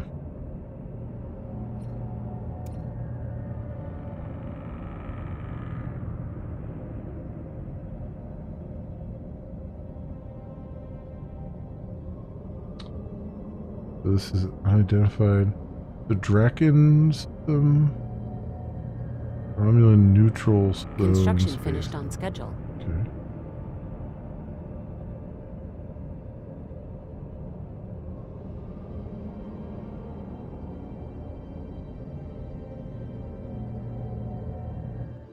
Is this the Palcade system?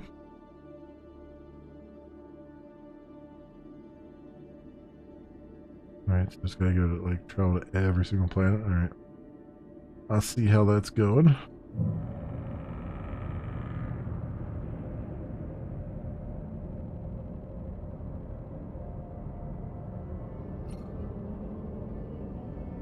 I guess I should see how Vulcan is doing, huh? Do you have anything?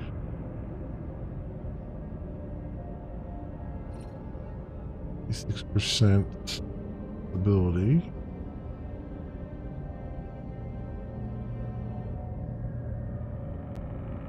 Amenities, usage 5, 15, available 1. Okay, so I guess this is telling me how much I actually have available right now. So there's a little bit of room there, but not a lot. So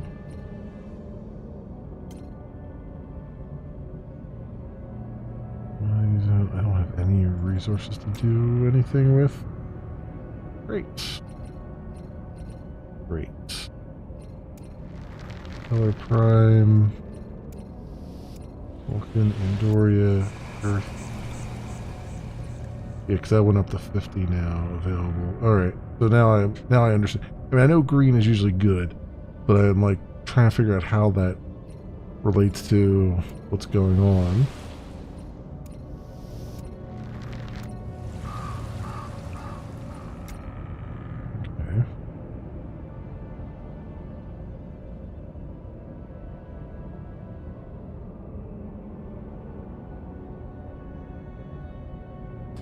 Potentially habitable planets in this system.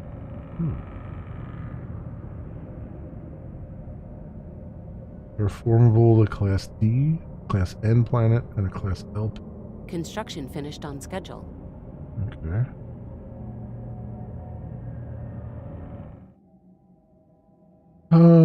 Good. So let's have you.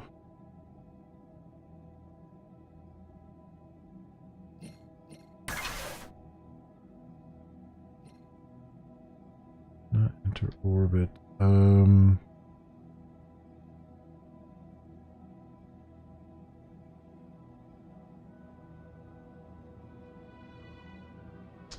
That's the only one here that was worth anything.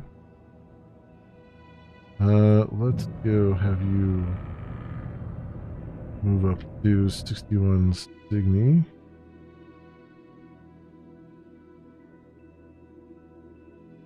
Oh, we got mining stations here.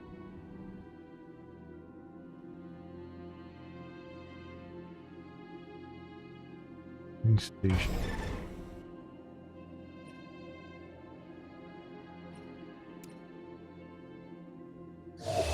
Mining station. Places, so they're mining the stars. There's Tellar Prime.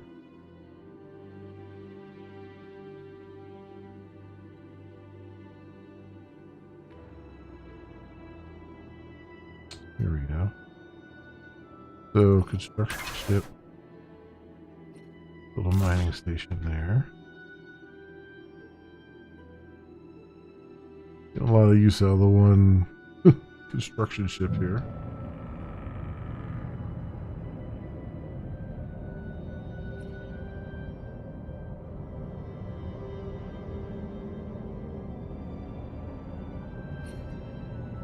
And ship doing things. Good. It's a range low. Type star. A G-type star there. Nebula. Eden.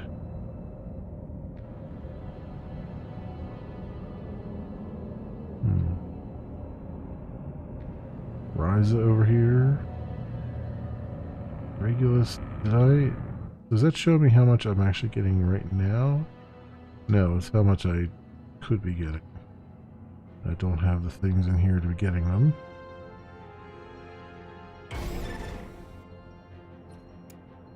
Okay.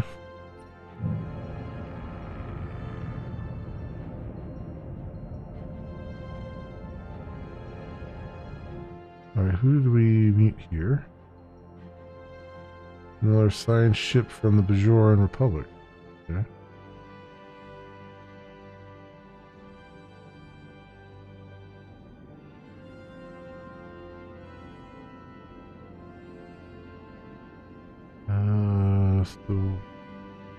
Okay, so he's still scanning stuff.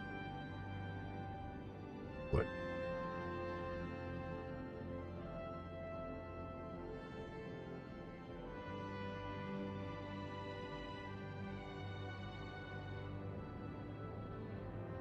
They're both scanning the same Construction finished on schedule. stuff.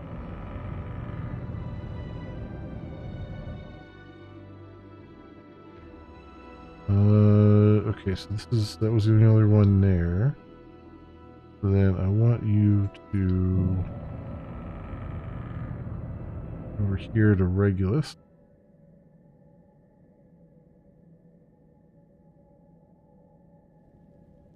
Maybe?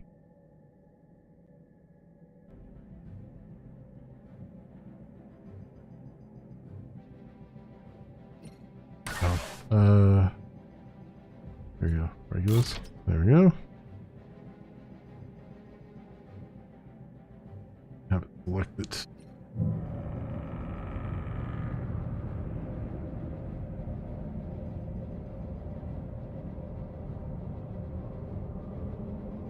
How long until... Say how long until the science ship is done? Gonna take his good old time there.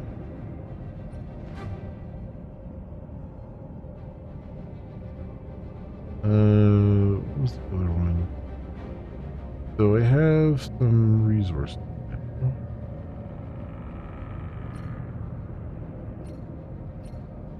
26.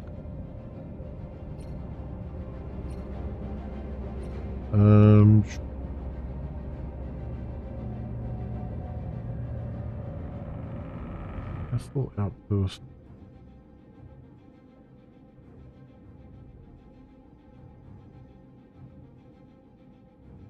Is that all that's here?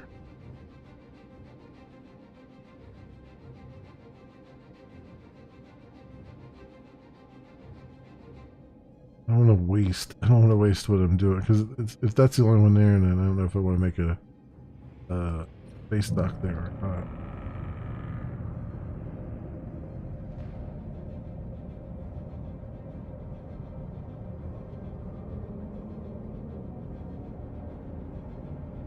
Since I could potentially make one here.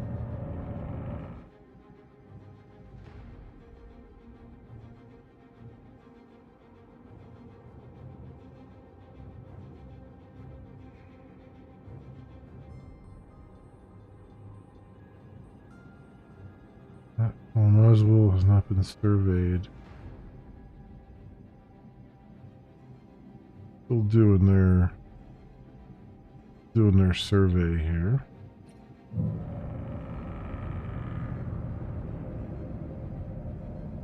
How about this guy? Well, you know what? Let's go here. And let's upgrade this to a starport. Yeah.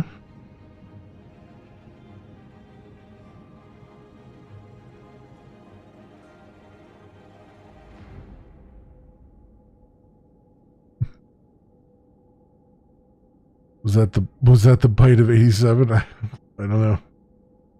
I don't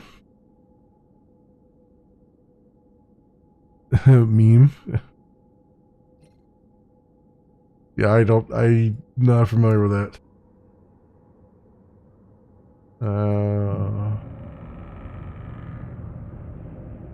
What?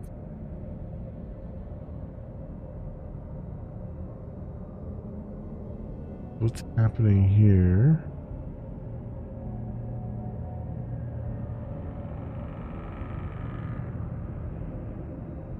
So he's still constructing stuff. I mean, we want something on Regulus here because it's right on the Klingon border. Starfield map looks kind of plain. It does, doesn't it? It's I mean, it's the starting map. There's a lot of stuff that isn't. A new tradition to teach us more about ourselves. Here. But I would say that it's I liked the way that Birth of the Federation did it, where it wasn't a very huge map, but like everywhere you went there was something new to discover and stuff. This feels, like you said, it feels very, very empty. Like there should be thousands of stars here at least.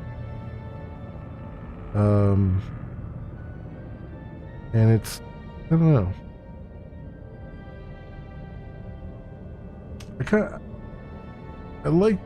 don't know. I feel like they're starting. The problem is they're starting at a time period where the Federation was already established and everything else, and kind of moving from there. I would have liked to see like a remake of Birth of the Federation in this engine, right? Because I feel like that's the more exciting, because you're starting from almost nothing, and then you're building yourself up, and you're finding all these races for the first time, you know. And here, like, all the races are kind of sort of established right now. So I don't know.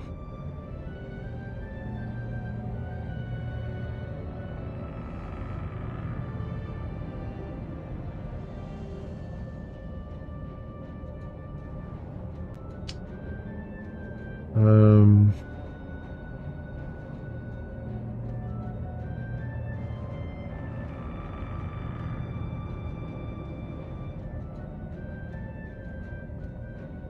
I also don't really know what to do with, like, there's so little. For a game with this much depth, there's so little to actually, that feels like I should actually be doing right now. Construction finished on schedule.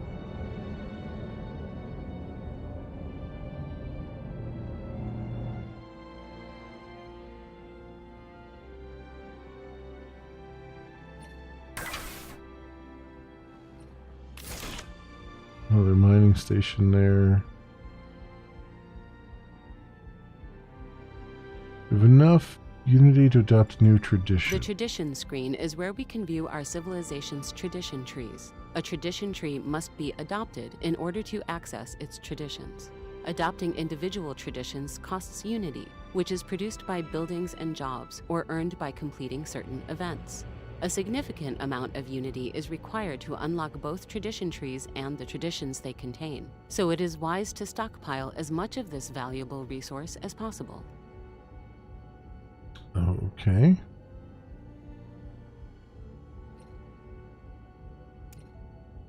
So, defense, conquest, research, commerce, welfare,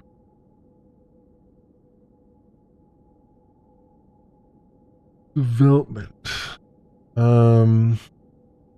frontiers. Subspace is a huge honeycomb with an infinite number of cells, a framework that promotes and supports unrestricted investigation of the deepest, most unknown parts of the universe. Construction finished on schedule. Offers us a chance to explore as many of these cells as possible. Has developed development traditions and graphene cities traditions. Possibly light and incredibly versatile, quantum aerographene gel is both easy to transport and commercialize. Construction has never been faster or cheaper. It's adopted development traditions. We have surveyed a new star system. Has a development trip. Okay. Construction finished on schedule.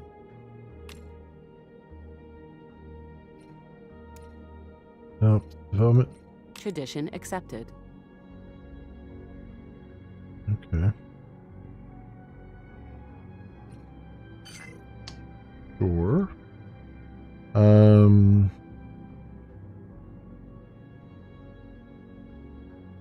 Where am I send construction ship to over here? I already did that one.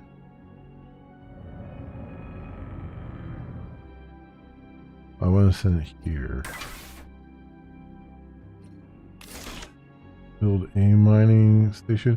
Alright, so then we have a new place that we have full intel on. SN planet. SHSP.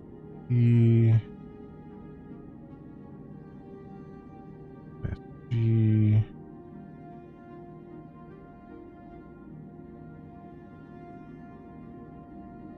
Those are, there are, so this one is habitable, 50% in a class L planet. And then this one is, has to be terraformed. Okay. I mean, both of them could stand to be terraformed, I guess. So, does this, I guess there's a terraforming ship probably for that, right?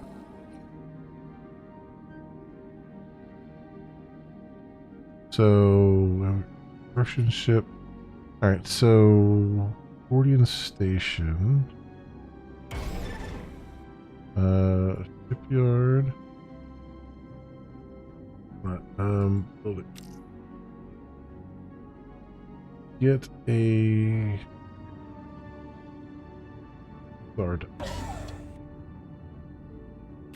module.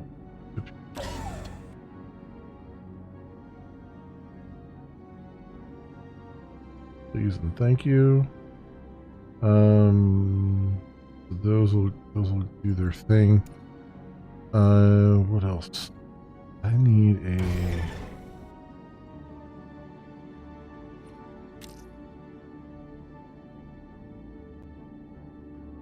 a colony ship, but we don't have the stuff for it right now. Or even a construction ship.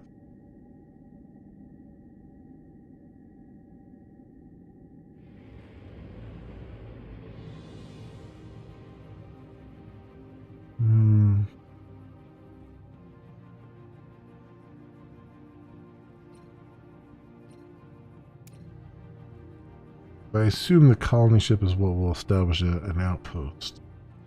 Maybe. I don't know if it's a colony ship or a construction ship to do an outpost.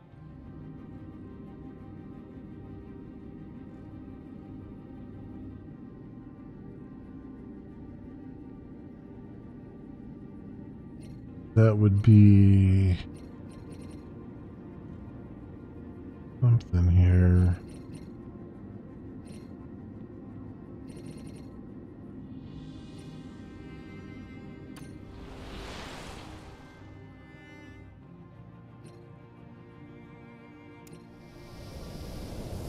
The Vulcan needs some amenities.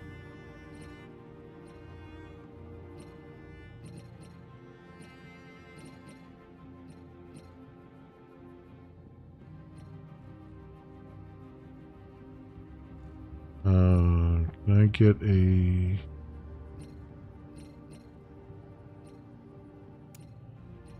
thing there? Culture district, and then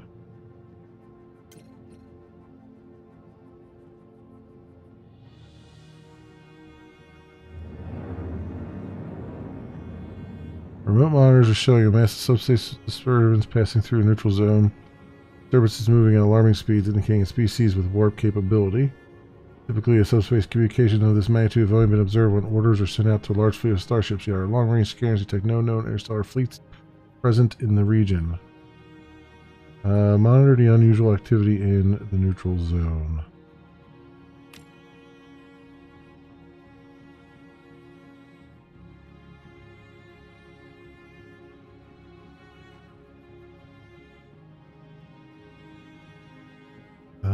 Culture worker jobs.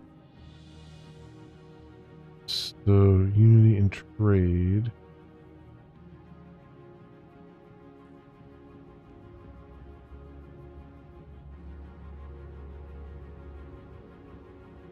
So this is amenities. So it's the that I need. The leader has gained a level. Okay. Good, I guess. Why does Vulcan have a Segura cactus? I don't know. I think the Paradox was just like reusing Stellaris icons. Construction finished on schedule. For things. A good question though. I wish I had a good answer for it. Okay, so where am I at here? So if I take this construction ship,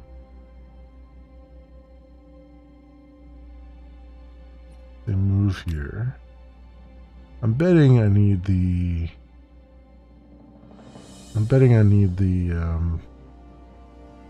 colony ship.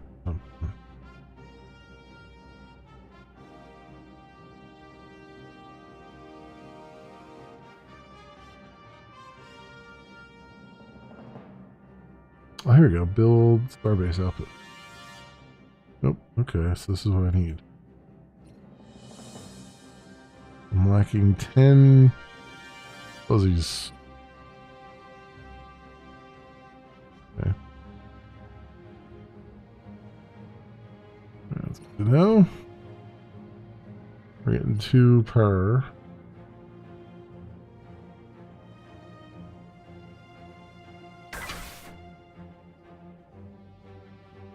Need 8 more. Needs 103. Okay. We're at 97.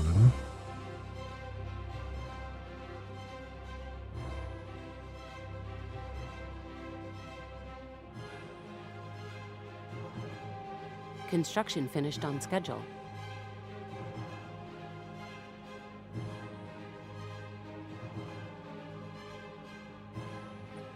Yeah, what's it doing here? 1 slots available.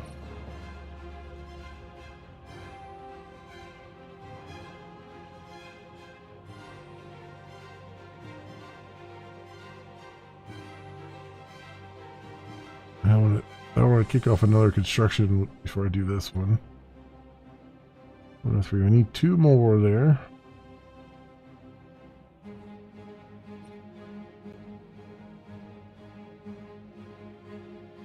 There's stability. Will spread. Okay.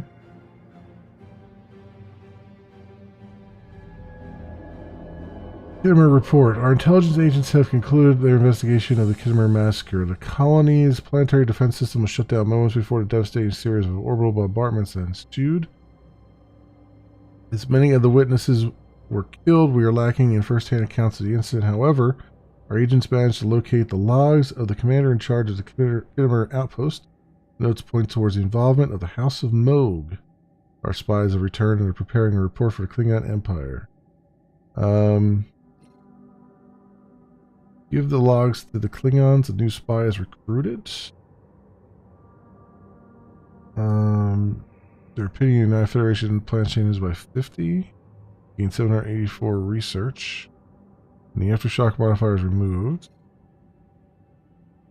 We get 50. A new spy is recruited. We get 50 intel on Klingon Empire. Unity gained. Research gained. No. Give the logs to the Klingon. Alright. So now build starbase here. Please and thank you. That started.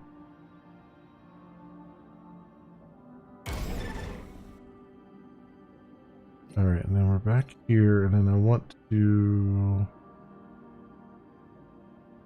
make a colony ship. Select colonist.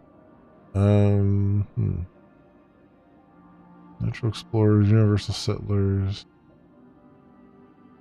Alright. Human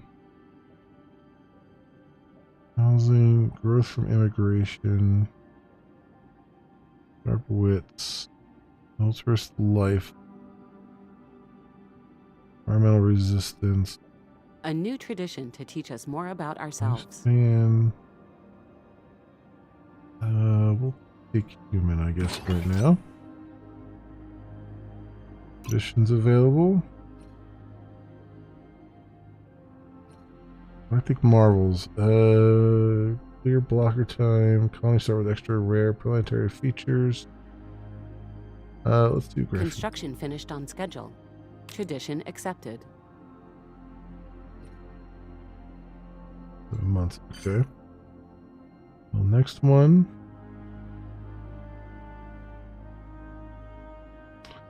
FTL inhibitor. Hostile fleets will be unable to leave the system through any other hyperlane Research than the one modeled. they came in from. Okay. Automate living spaces research complete. Okay. New research. Search AI. Long range sensors. Starbase building long range sensors. Cutting beams. Here's plasma break. Get long-range sensors. And governor, admiral level cap +1, increase recruitable admirals cap, fleet command limit +15, increase recruitable governors cap.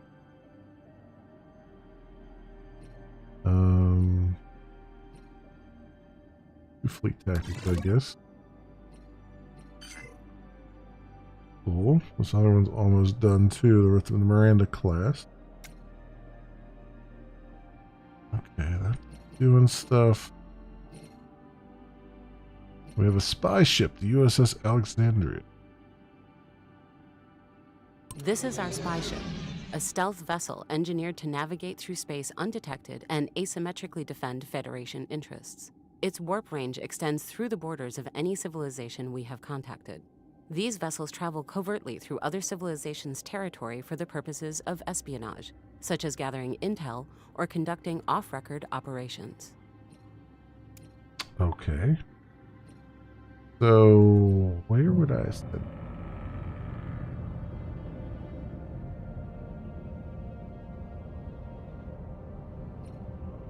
I have a mission. Oh no, don't. Wait, let me look at that. No, don't. Okay.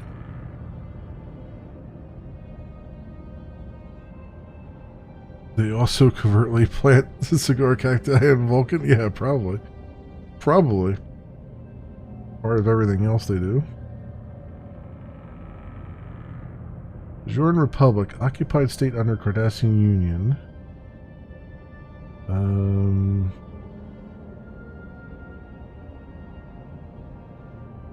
What is this here? Unknown star there. So I guess we would just put it into like one of these, into the neutral zone maybe? See what's going on.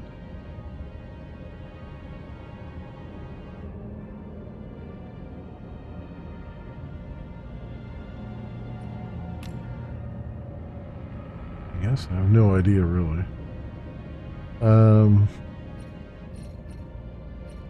R prime.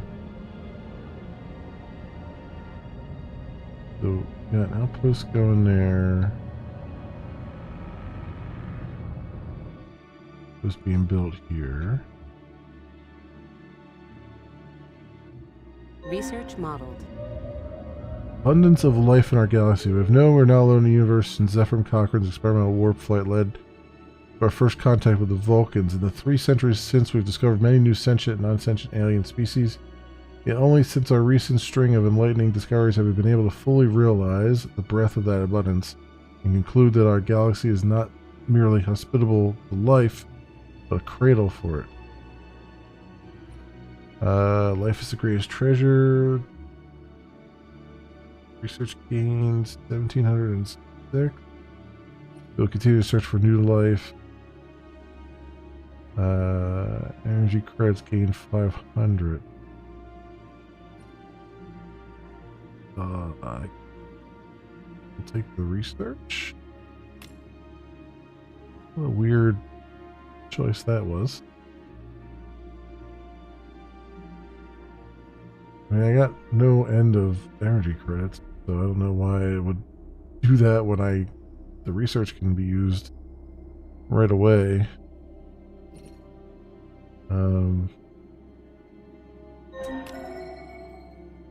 Leader gained a level, physics research. Okay. It's up there. Engineering research. Alright, what we got here? Asteroid cracking, minerals from mining stations plus 10%. Boy, I hate these things that pop up in front of my face when I'm trying to do stuff. Their roots grow deep. After 5 years, Teller Prime's old growth forests have been almost completely devastated. Missing engineering vehicles have been reported along the rapidly disappearing borders of Teller Prime's prehistoric woodlands. Some of these vehicles were later found grown into the trunks of old trees as if they had been swallowed. Nearby roads, too, have been repeatedly overgrown mere hours after clearing, and a number of logging sites found vandalized. There have been no casualties. Preserve the forests. We'll increase regulation of Tower Prime's logging, preserve old growth forests. Neutral roots modifier added. Research output +1. Research output +50%. Or ignore, we'd lose unity.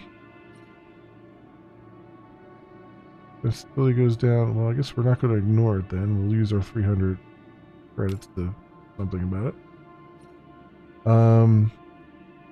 Mineral ore refining. Mineral processing facility unlocks. Replicator halls. This unlocks. Replicator halls. I guess replicator hall. Starfleet is broadcasting a set of personal logs to the entire United Federation of Planets. The message has been flagged as a communique of highest galactic importance on screen.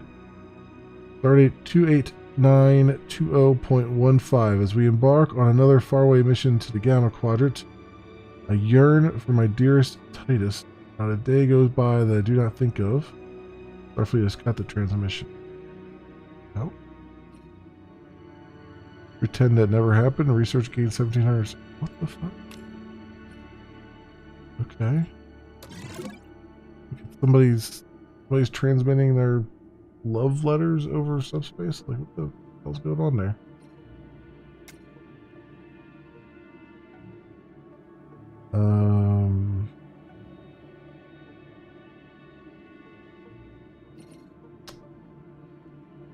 Oh, we have the colony ship here too.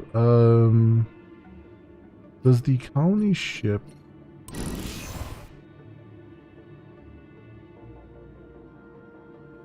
terraform? That just colonizes. How do you terraform? What's a class L planet? So I guess it doesn't need terraforming. How about this one here?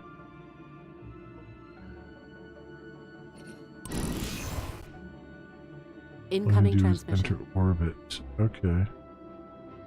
Let's go colonize this planet.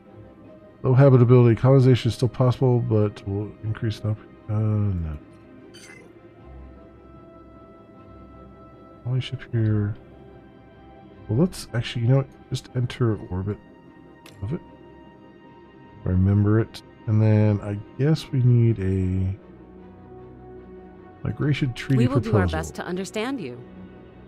Azoid houses. We propose entering into a migration treaty with the civilization. Our population will be able to freely migrate between both empires. Or whatever. Again, that's... Why even have those? Just reduce the number of those to like 2 or 3 important ones. Like, you know, I'm sure it's all well and good to be signing a, you know, a waste disposal treaty, but you know, who cares? we're talking galactic level stuff here, you know, like what are you trying to do? Earth as unemployed. Okay. Housing quarter.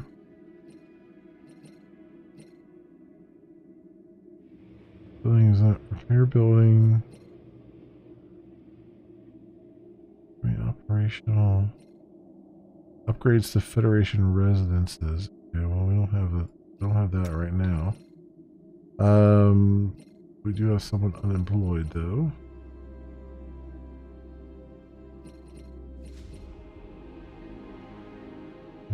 Turn mineral ores into research.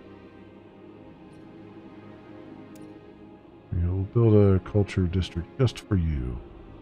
You can have a job.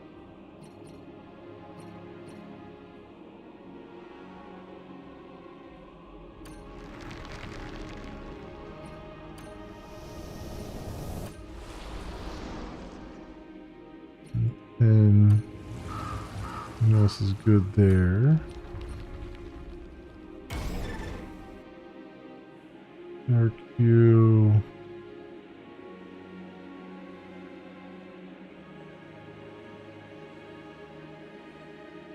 Can build some more Mirandas, but is it? I guess Incoming there's transmission. a special terraforming ship, I guess. Daggers talk. Money howls. Klingons are proposing a non-aggression pact. Sure. Whatever.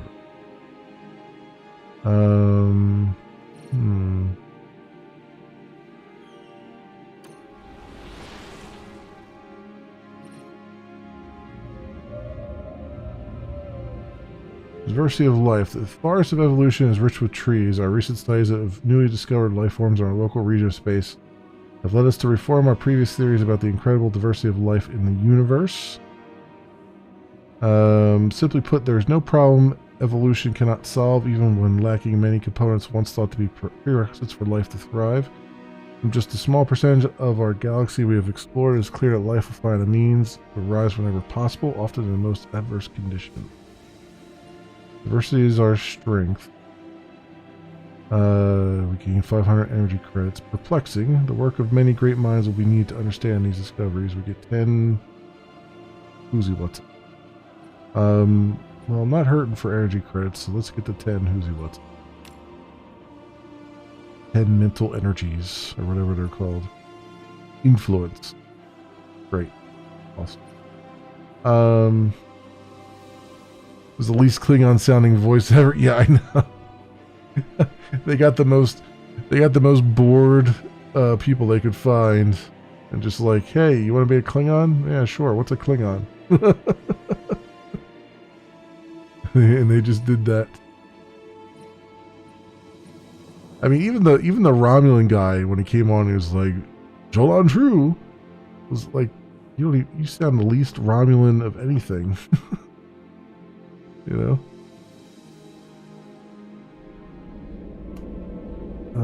Neural root network. Complex electrical signals were detected in the root systems of the old growth forest of Teller Prime. But many of these thinking trees were already cut down before the discovery. Legislation was quickly passed to prevent their further destruction. People of Teller Prime report sensations of deep calmness and serenity walking among the planet's remaining old growth forests, all of which are now designated planetary parks. No more missing vehicles or vandalized logging equipment have been found. We'll continue to study these trees for far into the future. A new tradition to teach us more about ourselves. Here's the thing. I'm not mad about the like side stuff that's happening, like we discovered these old growth forests and all that stuff. Like, I'm not mad about that from a lore perspective. Silent alarm has been triggered in Sol. What?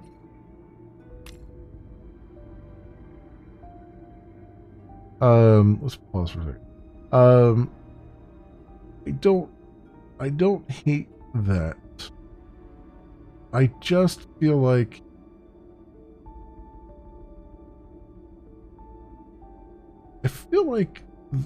it's at a level that doesn't make any sense from a overall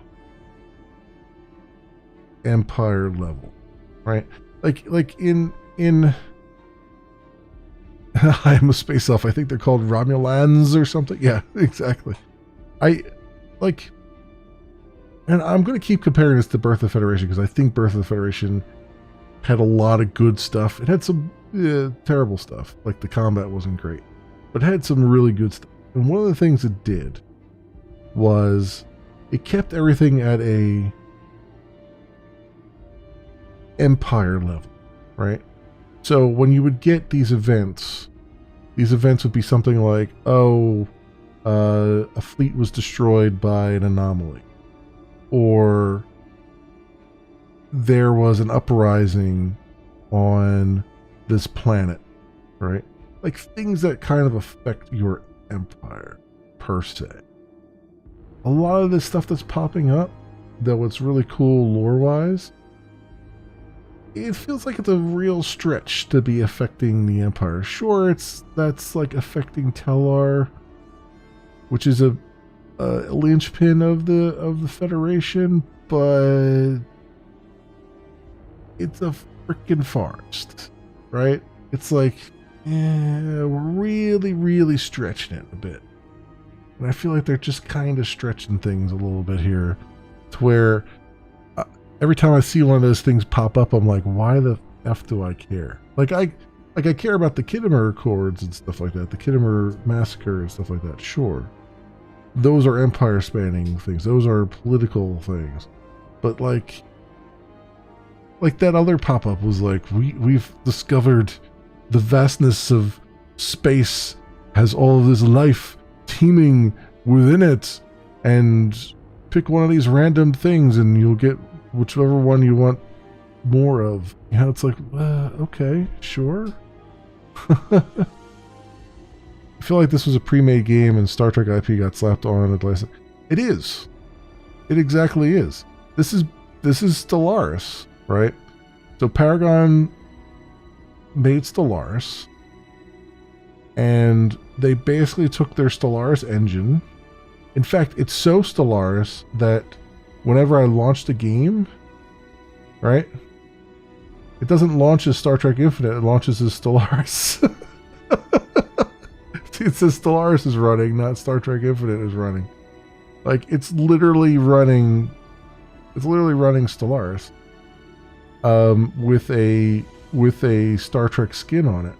And here's the thing, I don't hate that idea. I hate that a lot of it doesn't make a whole lot of sense to be here. Like, there was already a third-party mod that was called Star Trek Starfleet Command 3. I think is what it was, or yeah, Starfleet Command 3 or Starfleet Armada 3. Starfleet Armada 3, I think is what the name of the mod was. And it's a mod for Stars, right? And it was just a fan-made mod. And I never got a chance, I haven't had a chance to play it. But I'm guessing, just from what I'm seeing here, that it's probably a superior mod to the things that Paradox just than what's just here, you know what I mean? It's a blatant cash grab. They couldn't be bothered to try upgrade. Yeah, exactly. They shoehorned everything they could into the engine they already had, and into the UI they already had. And then, so there's this kind of disconnect here where it's like, stuff just doesn't make a whole lot of sense. Like, traditions here, right? Now, in Stellaris, traditions make sense because you've got these crazy random alien races thing, right? In Star Trek, we're really stretching it, really stretching it, right? And then you got like ascension perks. Like, what the frick? Ascension perk? Like, what the hell does that mean? You know, in the realm of Star Trek, that kind of thing. Like, some of this is just kind of strange. And you've already pointed out too, like, the lack of stars on the star map. And not only that, but they've started at just a weird spot. Like, they just picked a random spot in the 24th century just prior to the Next Generation, right? The TNG started in like 23, it was what, 2363, I think, 2363 to 2369. Takes you through TNG and Deep Space Nine, I believe, and then Voyager was like 23s up to 2374 or whatever, something like that. I think if I have that correct. And so this is taking place in 23, well, it says 2352 right now, but it was like 2340 something, right? So you've got your Miranda classes, which are your workhorse at this point. You don't really have a Galaxy class yet per se, although they're coming soon. And it's just like, you know, but and the other thing is there's plenty of other workhorse, you know, ships in the fleet at this point, but yet the only thing they're showing on the Miranda class, because I guess that's just they didn't feel like doing multiple classes of ships. I mean, there's a shipbuilder, which ought to be freaking hilarious, probably. A ship designer. Ship designer is where we can engineer our starships with specific modules. This process is automated by default, but can also be done manually. Note that due to the difference in size between various classes of starships, the number of modules available for each one can change dramatically. Right. The new design. Yeah, Miranda. A design based on Miranda. And so they're just like this Struther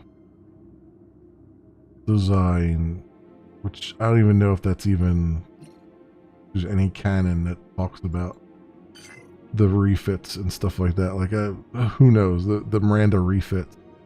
Yeah, it's just kind of, it's really strange. Only settlement speed. Build cost. I guess we'll pick this one. Tradition accepted. Yeah, it's definitely a shoehorn on top of what was there. And yeah, I mean, it's got a whole lot of different artwork. Although, as you've pointed out too, some of it looks like it's been cribbed from the main game.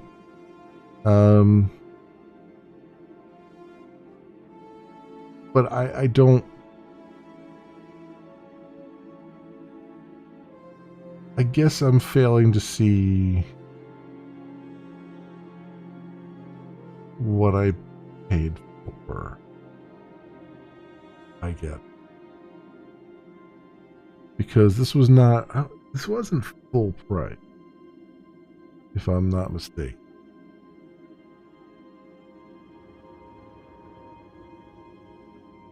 No, it's $30. Although I did get the deluxe edition because I was like, why not? $40. And then some DLC, which all come in the deluxe edition, I think. So it's not full price, but at the same time, I am kind of questioning like what the hell I paid for. Because it doesn't seem like, it really doesn't seem like they did much in terms of the mechanics and stuff and changing mechanics up. It looks like they just kind of reused as much as they possibly could. Like 80% reuse, if not 90% reuse. You know? It's almost less than DLC. Yeah. Yeah, exactly. So I don't know. I don't know. It's very strange to me. And it doesn't even feel like they did a very good job with the tutorial either. They just kind of dump you in there and say good luck.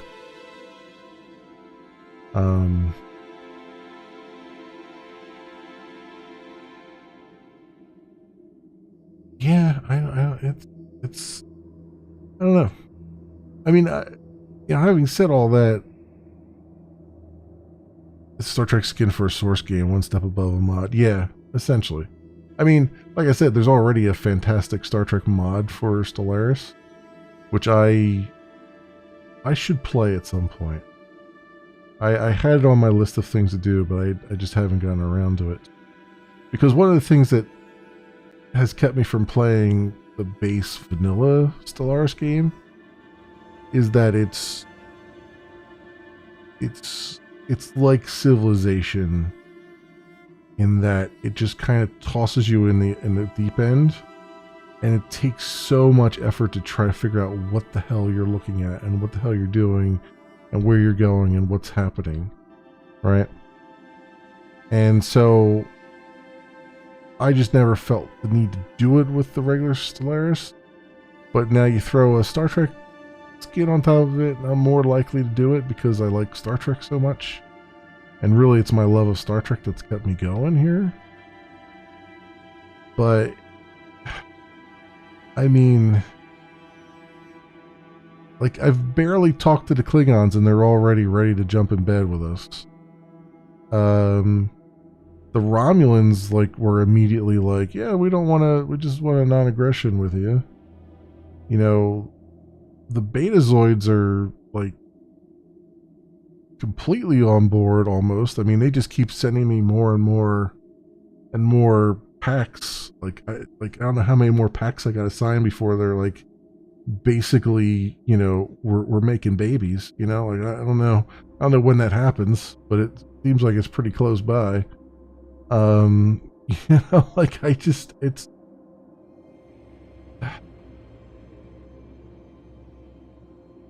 Star Trek for people who aren't Trekkies, maybe.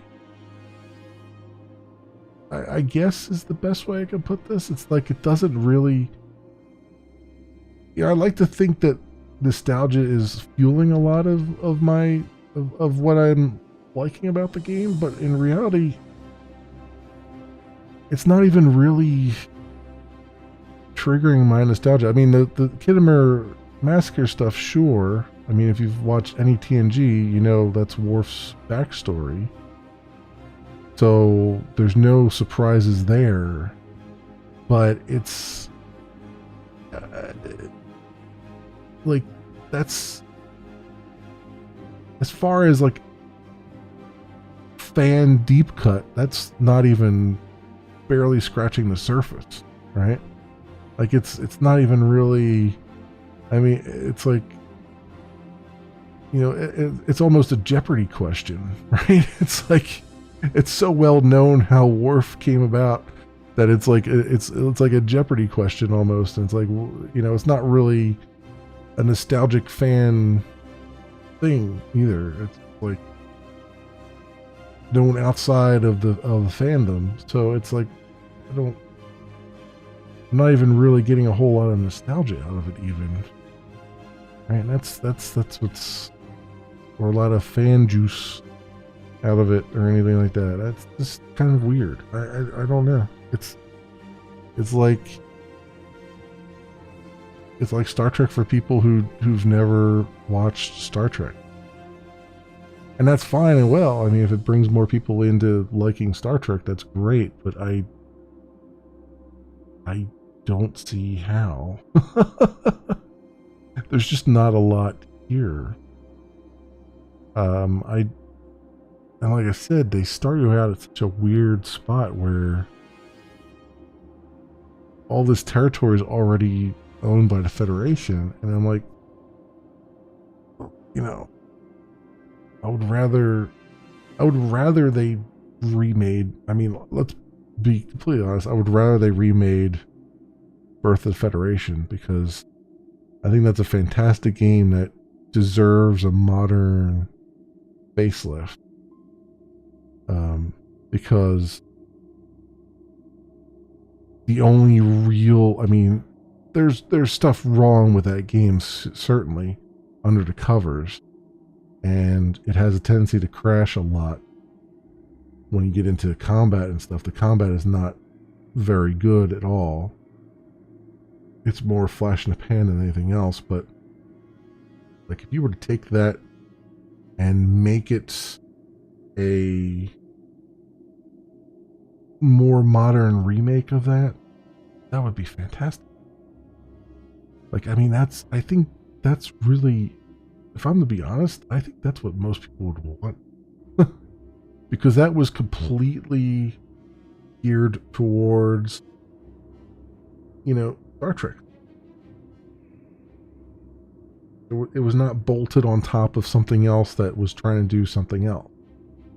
And it got to the point on things. You know, you had, you know, military treaties, and you had, you know, non-aggression pacts, and then that was that. It didn't have all these like 25 other things going on. Yeah, I don't hate the, you know, assigning, like having ships that level up and having leaders that level up and stuff like that. Like I don't hate those concepts. I think they're good concepts. They're concepts that don't exist in Wrath of the Federation, but they're good concepts to put on top of it. And all that stuff is good. But like I mean, why am I managing a culture district on Teller Prime? You know, or a mining district or an energy district. Like, why does this even exist? You know, in Birth of the Federation, it was just like, all right, you need more food, you build farm, automated farm. You don't have enough energy for, you know, you want to reduce your energy requirements for those farms, you upgrade those farms to the next step. It reduces your energy requirements. It was all about managing planetary energy there and making sure you had enough energy, but at the same time, try to stuff as much into that energy that you could. You know what I mean? Like this stuff it doesn't make sense for Star Trek, really.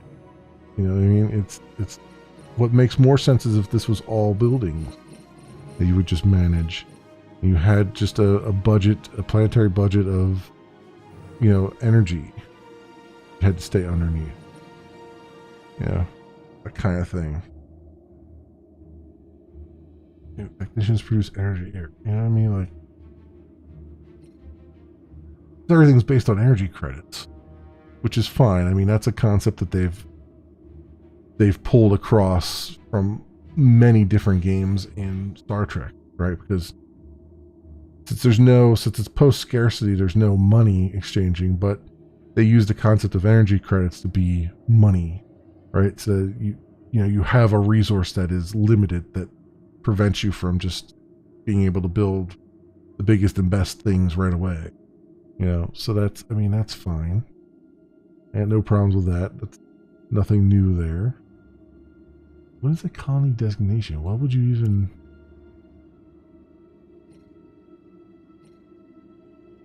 Tech World, Forge... See, again. Agrarian World, Tech World, Forge World. None of this makes any sense in Star Trek. But it makes perfect sense in Stellaris. But not here. And it's just like... It's a bolt-on thing. Like, they don't have any designations, right? Which makes sense, because they're not. They're multi-purpose planets. There's more to them than just mining or something like that. Yeah, I don't know. Disappointed. I'm not even gonna save my game. I'm not even gonna save it.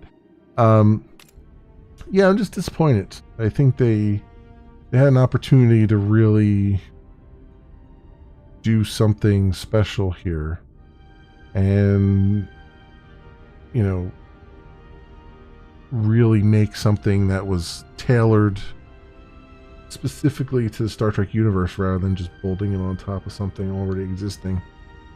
And it didn't do it, and it's not good.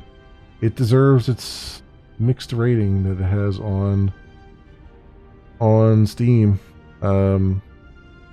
Actually, probably deserves even less than a mixed rating, probably a negative rating, honestly, because it really doesn't bring anything to the plate. Not only that, but you can't even launch the damn thing from Steam. You gotta the launcher is broken. Like, I mean, talk about just like throwing something out there and not giving a damn about it. The launcher doesn't even work. So I had to launch it directly from the Steam directory that it was installed in. So yeah, it's unfortunate. I wish this was better. Star Trek really needs a good game in the series. It's been some really good games, and there's been some just absolutely horrifically bad games.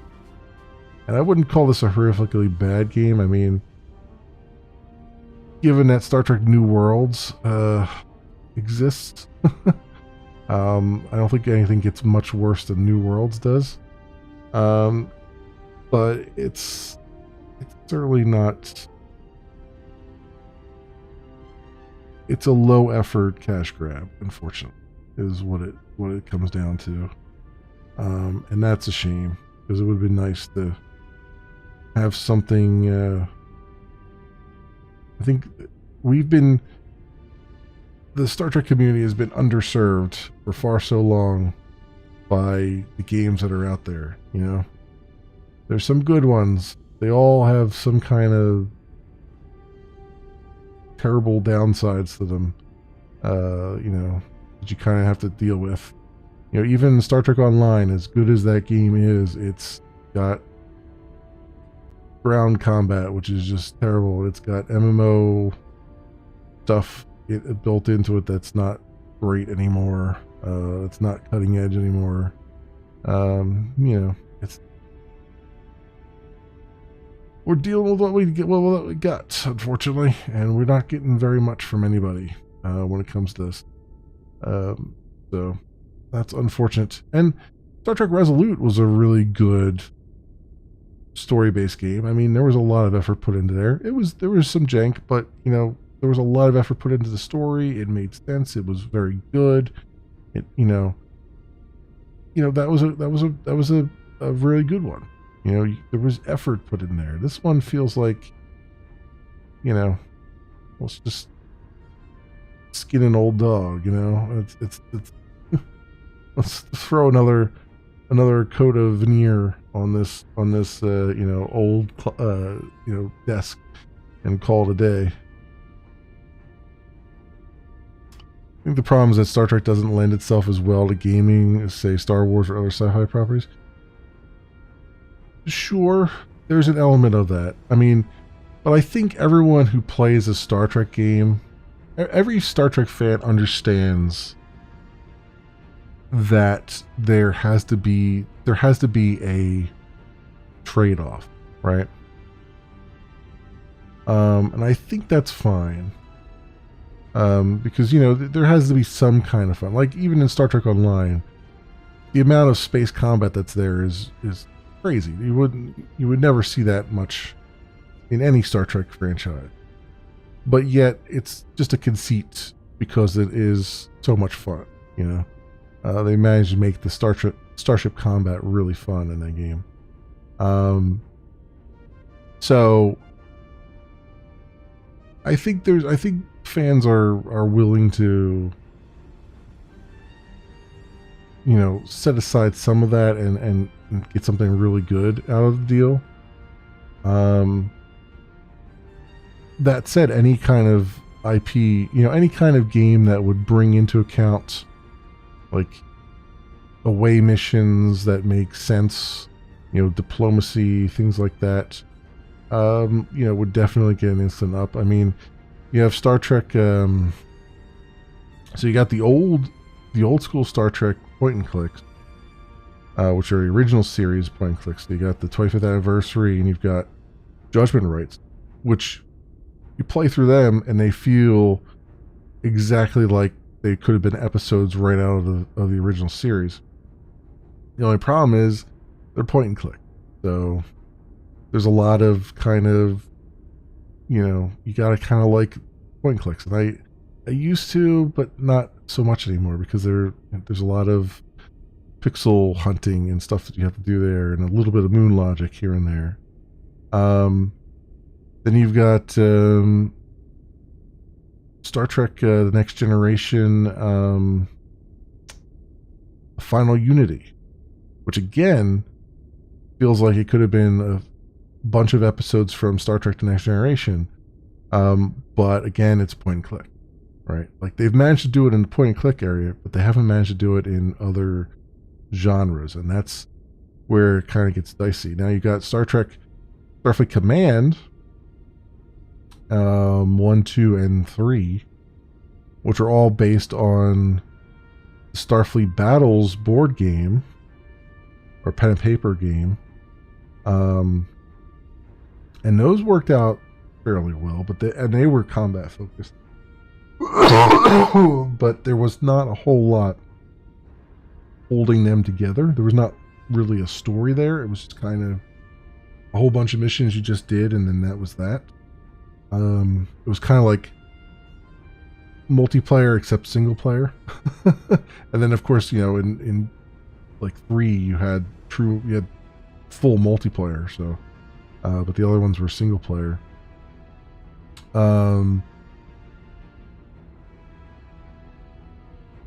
You got Star Trek Online, which has the RPG stuff kind of in it, but really only does the space stuff well. It doesn't do the ground stuff too well at all. You kind of dread doing ground stuff. The stories are actually pretty good towards the newer stories. Some of the older stories are definitely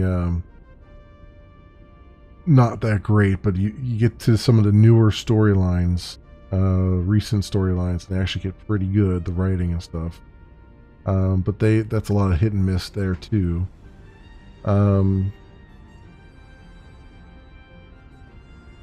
Yeah, it's a difficult one. Like I would love to see, like I said, another strategy game like Birth of the Federation, or go full RPG on us and give us something like a Baldur's Gate 3, but as Star Trek, and just go full RPG on our butt. I would love that.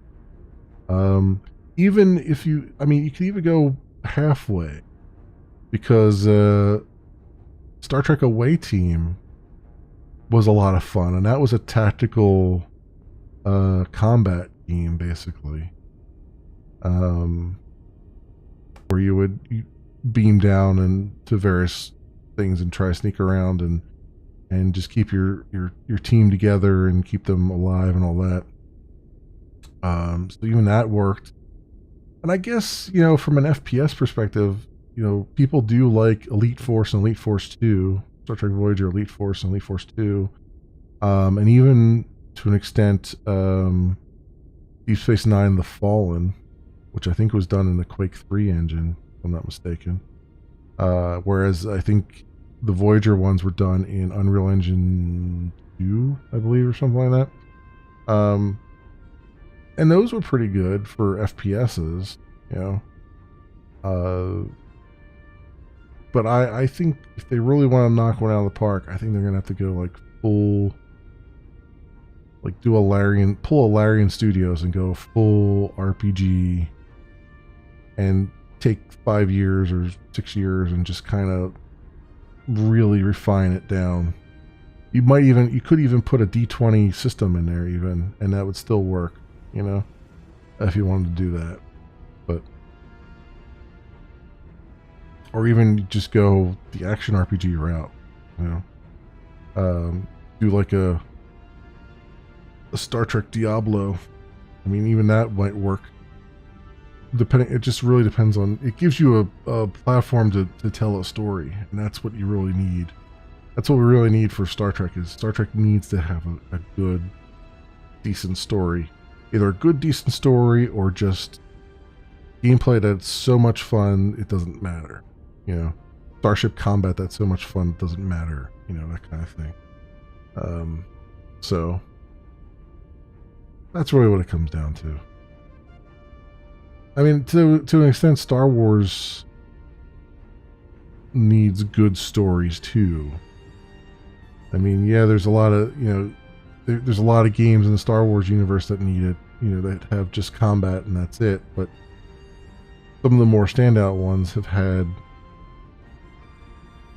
set pieces, that were story set pieces for people to fly around in. So even they kind of suffer from the same thing. I would say. But yeah, we'll see.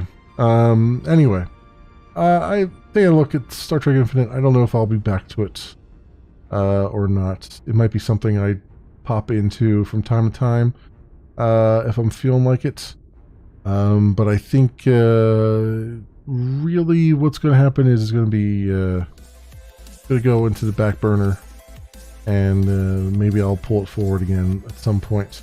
Maybe I'll play stuff, try to get better at it offline, and maybe just do it straight to the other YouTube channel. I don't know. We'll see. Anyway, I do know what's going on for the rest of the week, though.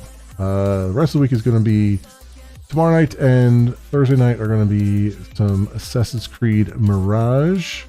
I'm jonesing to get back into that. And then Friday night and Saturday afternoon are going to be some more coding. And then Sunday I'll probably be back to Starfield again. I've taken a little break from it, and I think it's time to get back to it. Some more progress in it. There are more games coming out soon. So I'd like to hopefully try to make my way through them. So I mean, we'll see how much I have left on Mirage. Probably 2 more weeks on Mirage, I imagine, as far as gameplay time goes there. And then we'll finish up, because we're right towards the end of Dragon Quest XI, so we'll finish up Dragon Quest XI. And I think I'll be able to get that. Yeah, it's pushing it. We might be able to get that finished before RoboCop comes out, which is going to be out November 2nd. So pushing it, probably not. We get done by then, but we'll see. Because next thing will be RoboCop. I enjoyed the heck out of that. And then we've got a couple things in November still. I think Last Epic. I think 1.0 for that is in December, I believe. I'm not entirely sure. Let me take a look here. I think Last Epic. I think what is it on the store page? Doesn't. I'm sure there was news about it. Night news.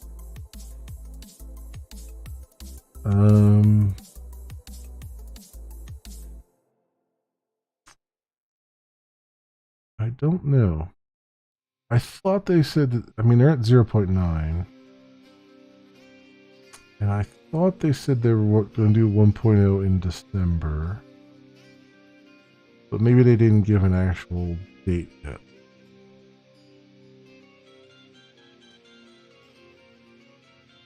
Yeah, they might not have actually given a date yet. But either way, they should be coming. They should be coming soon, I hope. Either way, there. So I'm gonna want to play that when it comes out. And then there was another thing in November that I just saw that I've been waiting for, and I don't remember exactly what it was. Kind of left my brain here. I'll have to finish Oceanhorn 2 as well. And hey, Lord and Lady, welcome. Yeah, RoboCop is definitely coming up in November 2nd, so we're gonna want to play that first. I don't know what else. There's other things. There was a couple things I had on the list. I'll have to try to dig them up again. At some point, I think the Stars is out, right? That's fully released, if I'm not mistaken. Or is that coming out this month? think that's out.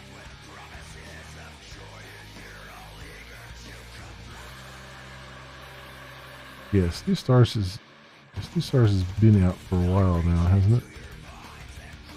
Yeah, 1.0. Yeah, it's been out for a while. So that's good. I do want to. I did like the demo for that. I did want to get back to that.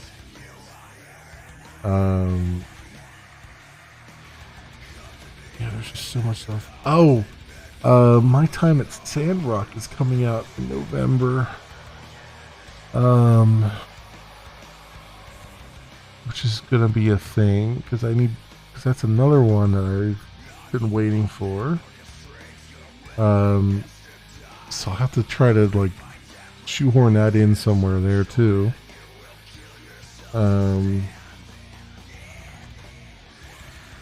Yeah. There's a bunch of stuff. And there's another Dragon Quest thing coming out. I think at the end of this month. I have no idea what that's all about, but that's coming out. And then Low Voltage. Did I ever play that? Oh yeah, I did play this. I remember this. That's a weird one. An interesting one, but a weird one. Yeah, Ship of Heroes. So I put the video out for Ship of Heroes. I was debating whether to put the video out for Ship of Heroes, but I did it. So disappointed in that one. I put that one out.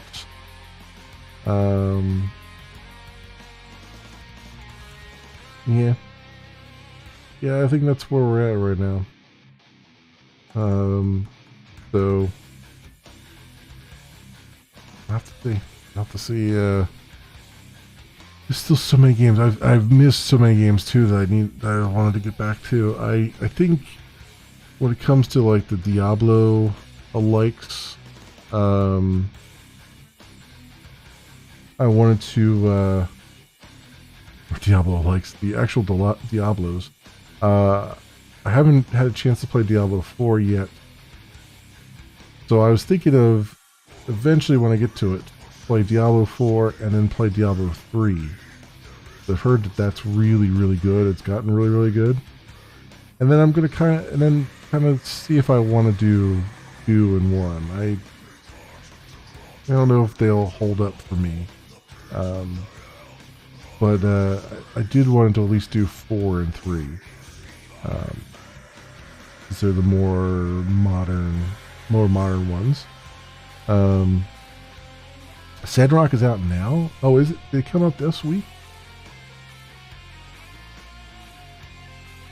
I knew it was coming out too. I thought it was coming out in November.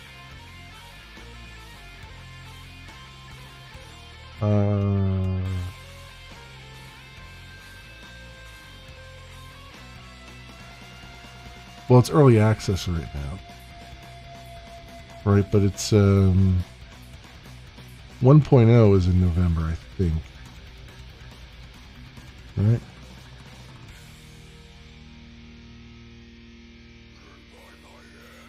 Free Rise.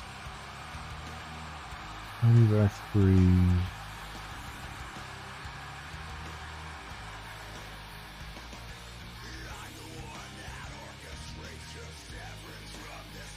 Yeah, its full release will be on November 2nd. Yeah. So 1.0 is November 2nd. But yeah, it's in early access right now.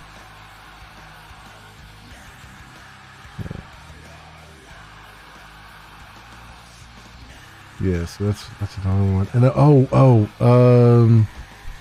Coral Island. That's the other one coming out in November, right? Coral Island.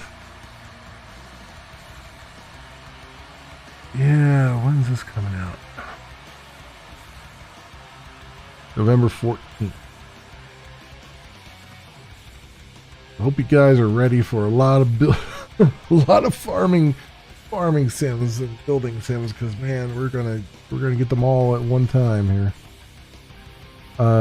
Yeah, Coral Island is coming out. I want to play that. I actually want to play. Honestly, I mean, I like my time at Sandrock. I liked my time at Portia as well.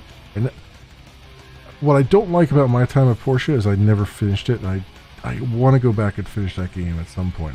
It's such a slog, but I want to finish it. And I'm afraid my time at Sandrock's going to be, just from what I've played, I feel like it's going to be probably a slog as well, a very long slog. So I'm kind of like putting that one off, and I really just want to play Coral Island when this comes out. Which hopefully by then I'll have cleared most of my schedule off to be able to play this. But I definitely want to. I think I want to make this one of the mainline games a little bit when it comes out. There are things fixed for that date, like story, because Coral Island lost me so quick in the game. Really? Yeah, I don't think I've played any of it yet. It just looked really cool. What's the other one? There was another one here too.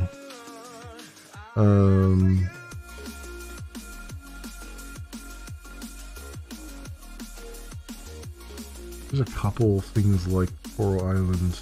There was another demo that I played that was like that. I don't remember. And I think that's coming out at the same time too.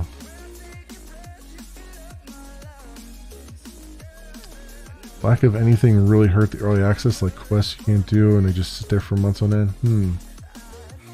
Yeah. I hope they have all that fixed. Cause that'll be a bummer if I fire that up and it's not it's janky, you know?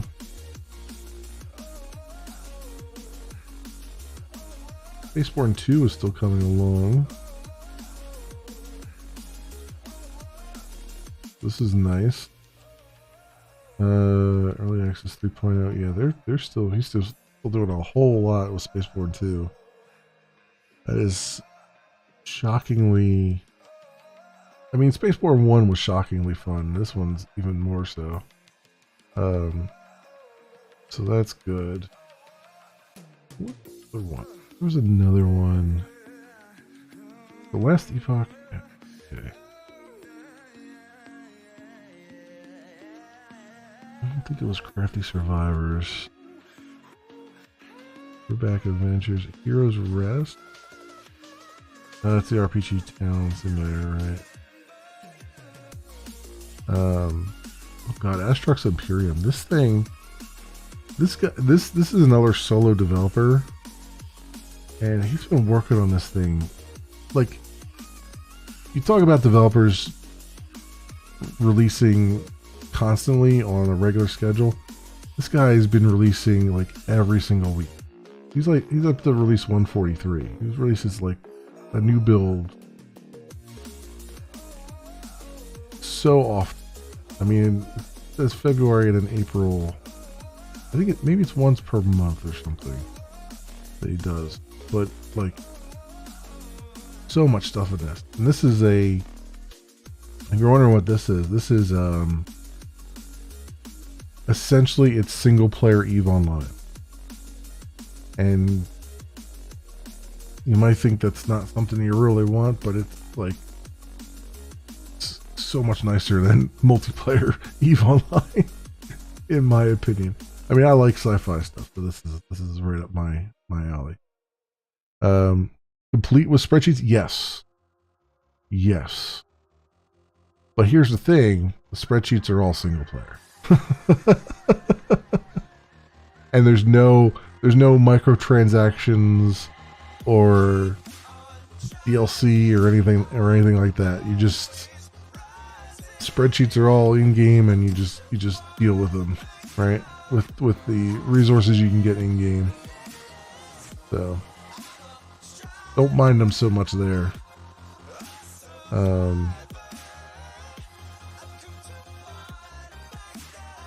I've explored. I don't think I played 50 minutes of this. I don't even remember.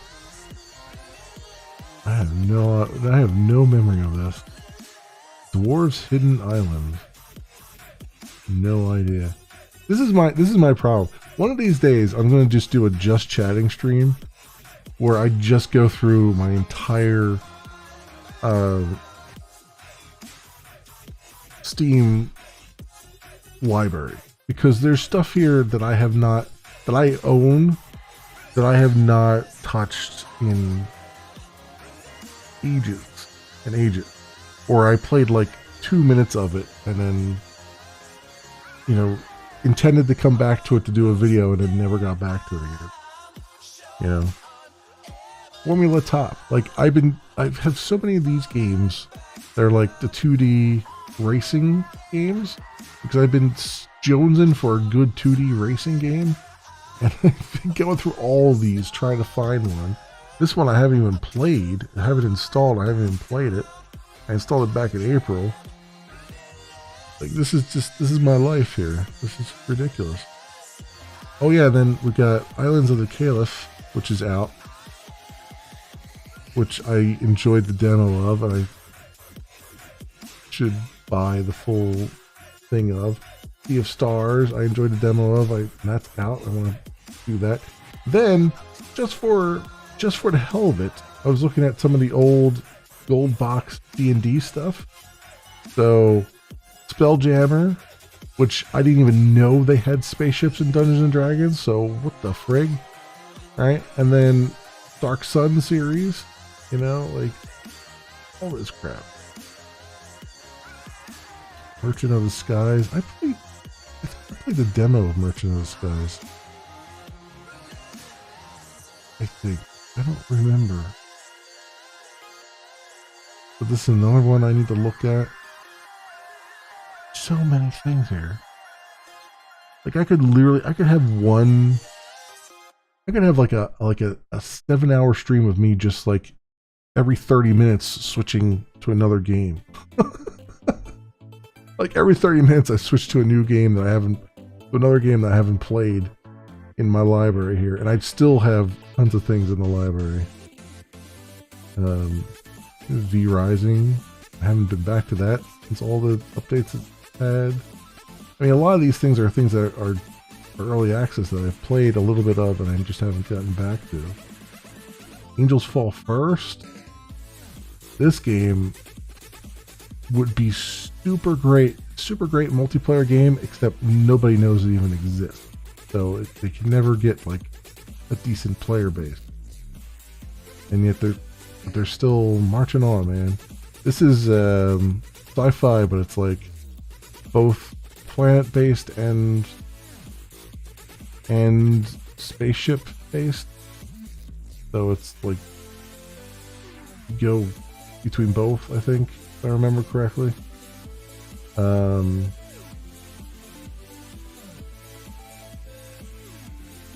What's the other one? Oh, Pamela is one that I've been wanting to... This one I didn't want to stream, but I did want to like make a video of it, make videos of it. Because this is an oldie, like this like way back years ago this came out, and it's a jank fest, but it's got like an interesting idea behind it. Dead Poly is something I played on stream a little bit. They've completely rebuilt their engine recently. So that's another one. Jeez, please. At some point I want to figure out. So here's another one. Star Traders Frontiers. This is another one that's so complicated that it hurts, right? Like I want to play this game. I really want to learn how this game works, but it's just so complicated. The other one is what is the name of that one? Star Sector. That's what it is.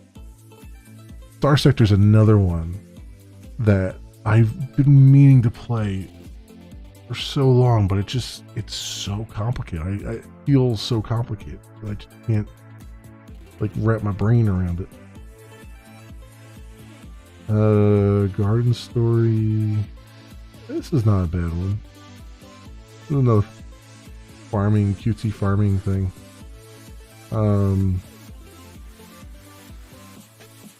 What else here? There's My Town of Portia way down here. Black Diamonds. That was another one that is really cool that I could play at some point. Back to.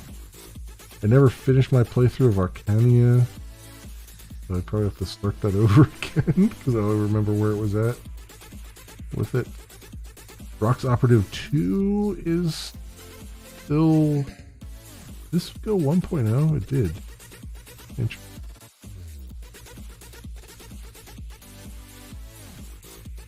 Very interesting, but I think this is still considered early access, right?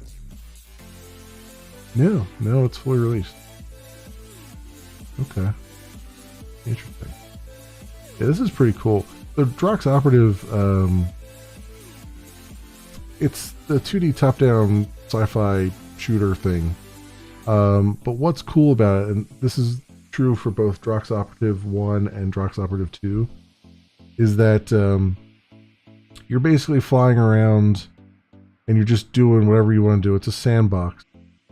But there's a whole bunch of like alien races, like empires, and the alien AI, the Empire AI, they're basically playing a strategy game, and you're just like a linchpin inside the strategy game where you're just going around and just being doing your own thing, and you're either, you know, hurting the strategies of one of the other races or helping another race.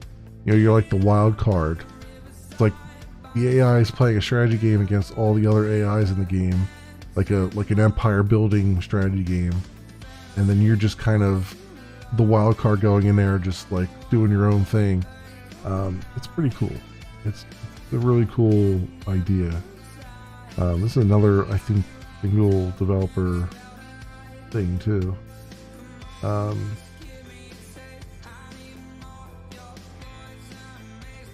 Starfighter Infinity, is that coming out? Is that just coming out? No. Wasn't somebody playing Starfighter Infinity? Still early access. Or was I thinking? No, I was thinking no, there's something else. There's another Starfighter thing. Oh, Vulcanoids. There's another one that's really good. That's it released? No, this is still early access. But this one is like, this game is so different from when I played it last time. I should revisit this. Because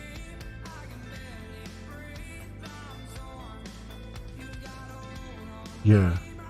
It's got co-op now, which is hilarious. It didn't have co-op before. Got all these new weapons and stuff. That is so cool. Yeah, I gotta jump back into this. This is basically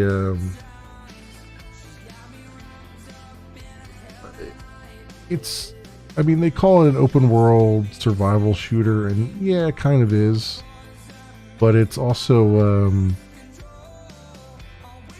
you're fighting robots, and you're trying to avoid volcanic eruptions and stuff by drilling into the ground before the eruptions happen and stuff. It's an interesting idea. Implemented pretty well last time I saw it, but yeah, it's oh my god, they got so much stuff here that they never had before. All kinds of building stuff, and geez Louise. Yeah, I gotta play that again.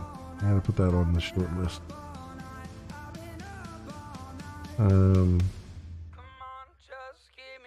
Yeah, there's a lot. But anyway, my friends, I have chatted your ears off for long enough, I would say here. So I think it's time for me to skedaddle. Anyway, thank you so much, everyone, for watching.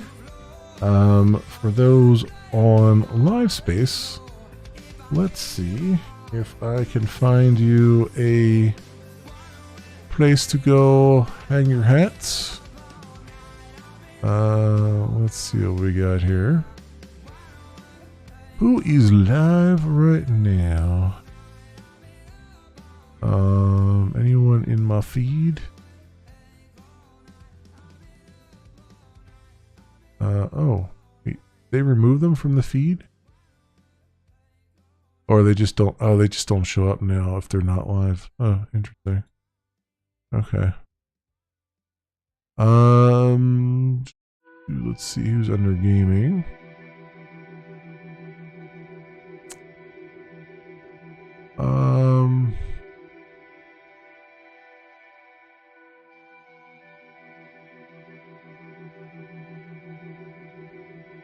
Well, so okay, Borderlands 3 sounds like a thing to do. So I will send you guys over to Frayed Pixels. I've never watched this person before, so hopefully everything's good there. Go over and take a look at what they're doing in Borderlands 3, the one Borderlands game that I started and never finished. So that's another thing to go back to. Anyway, that is it for me for tonight, my friends. Thank you so much, everyone, for watching. I hope everyone has an excellent morning, afternoon, or evening, depending on what it is for you. I hope to see you back here again in the future for some more stuff, whatever happens to suit your fancy. Until then, see you bye.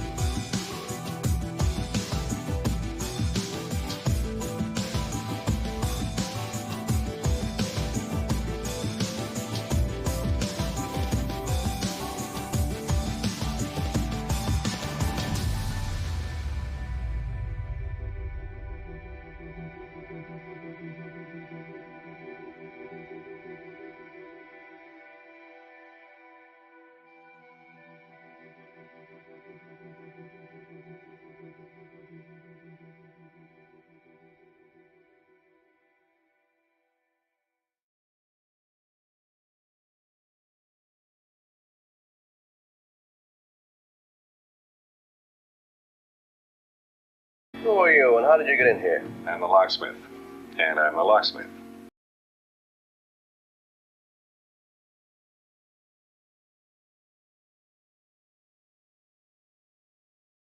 Moopsy.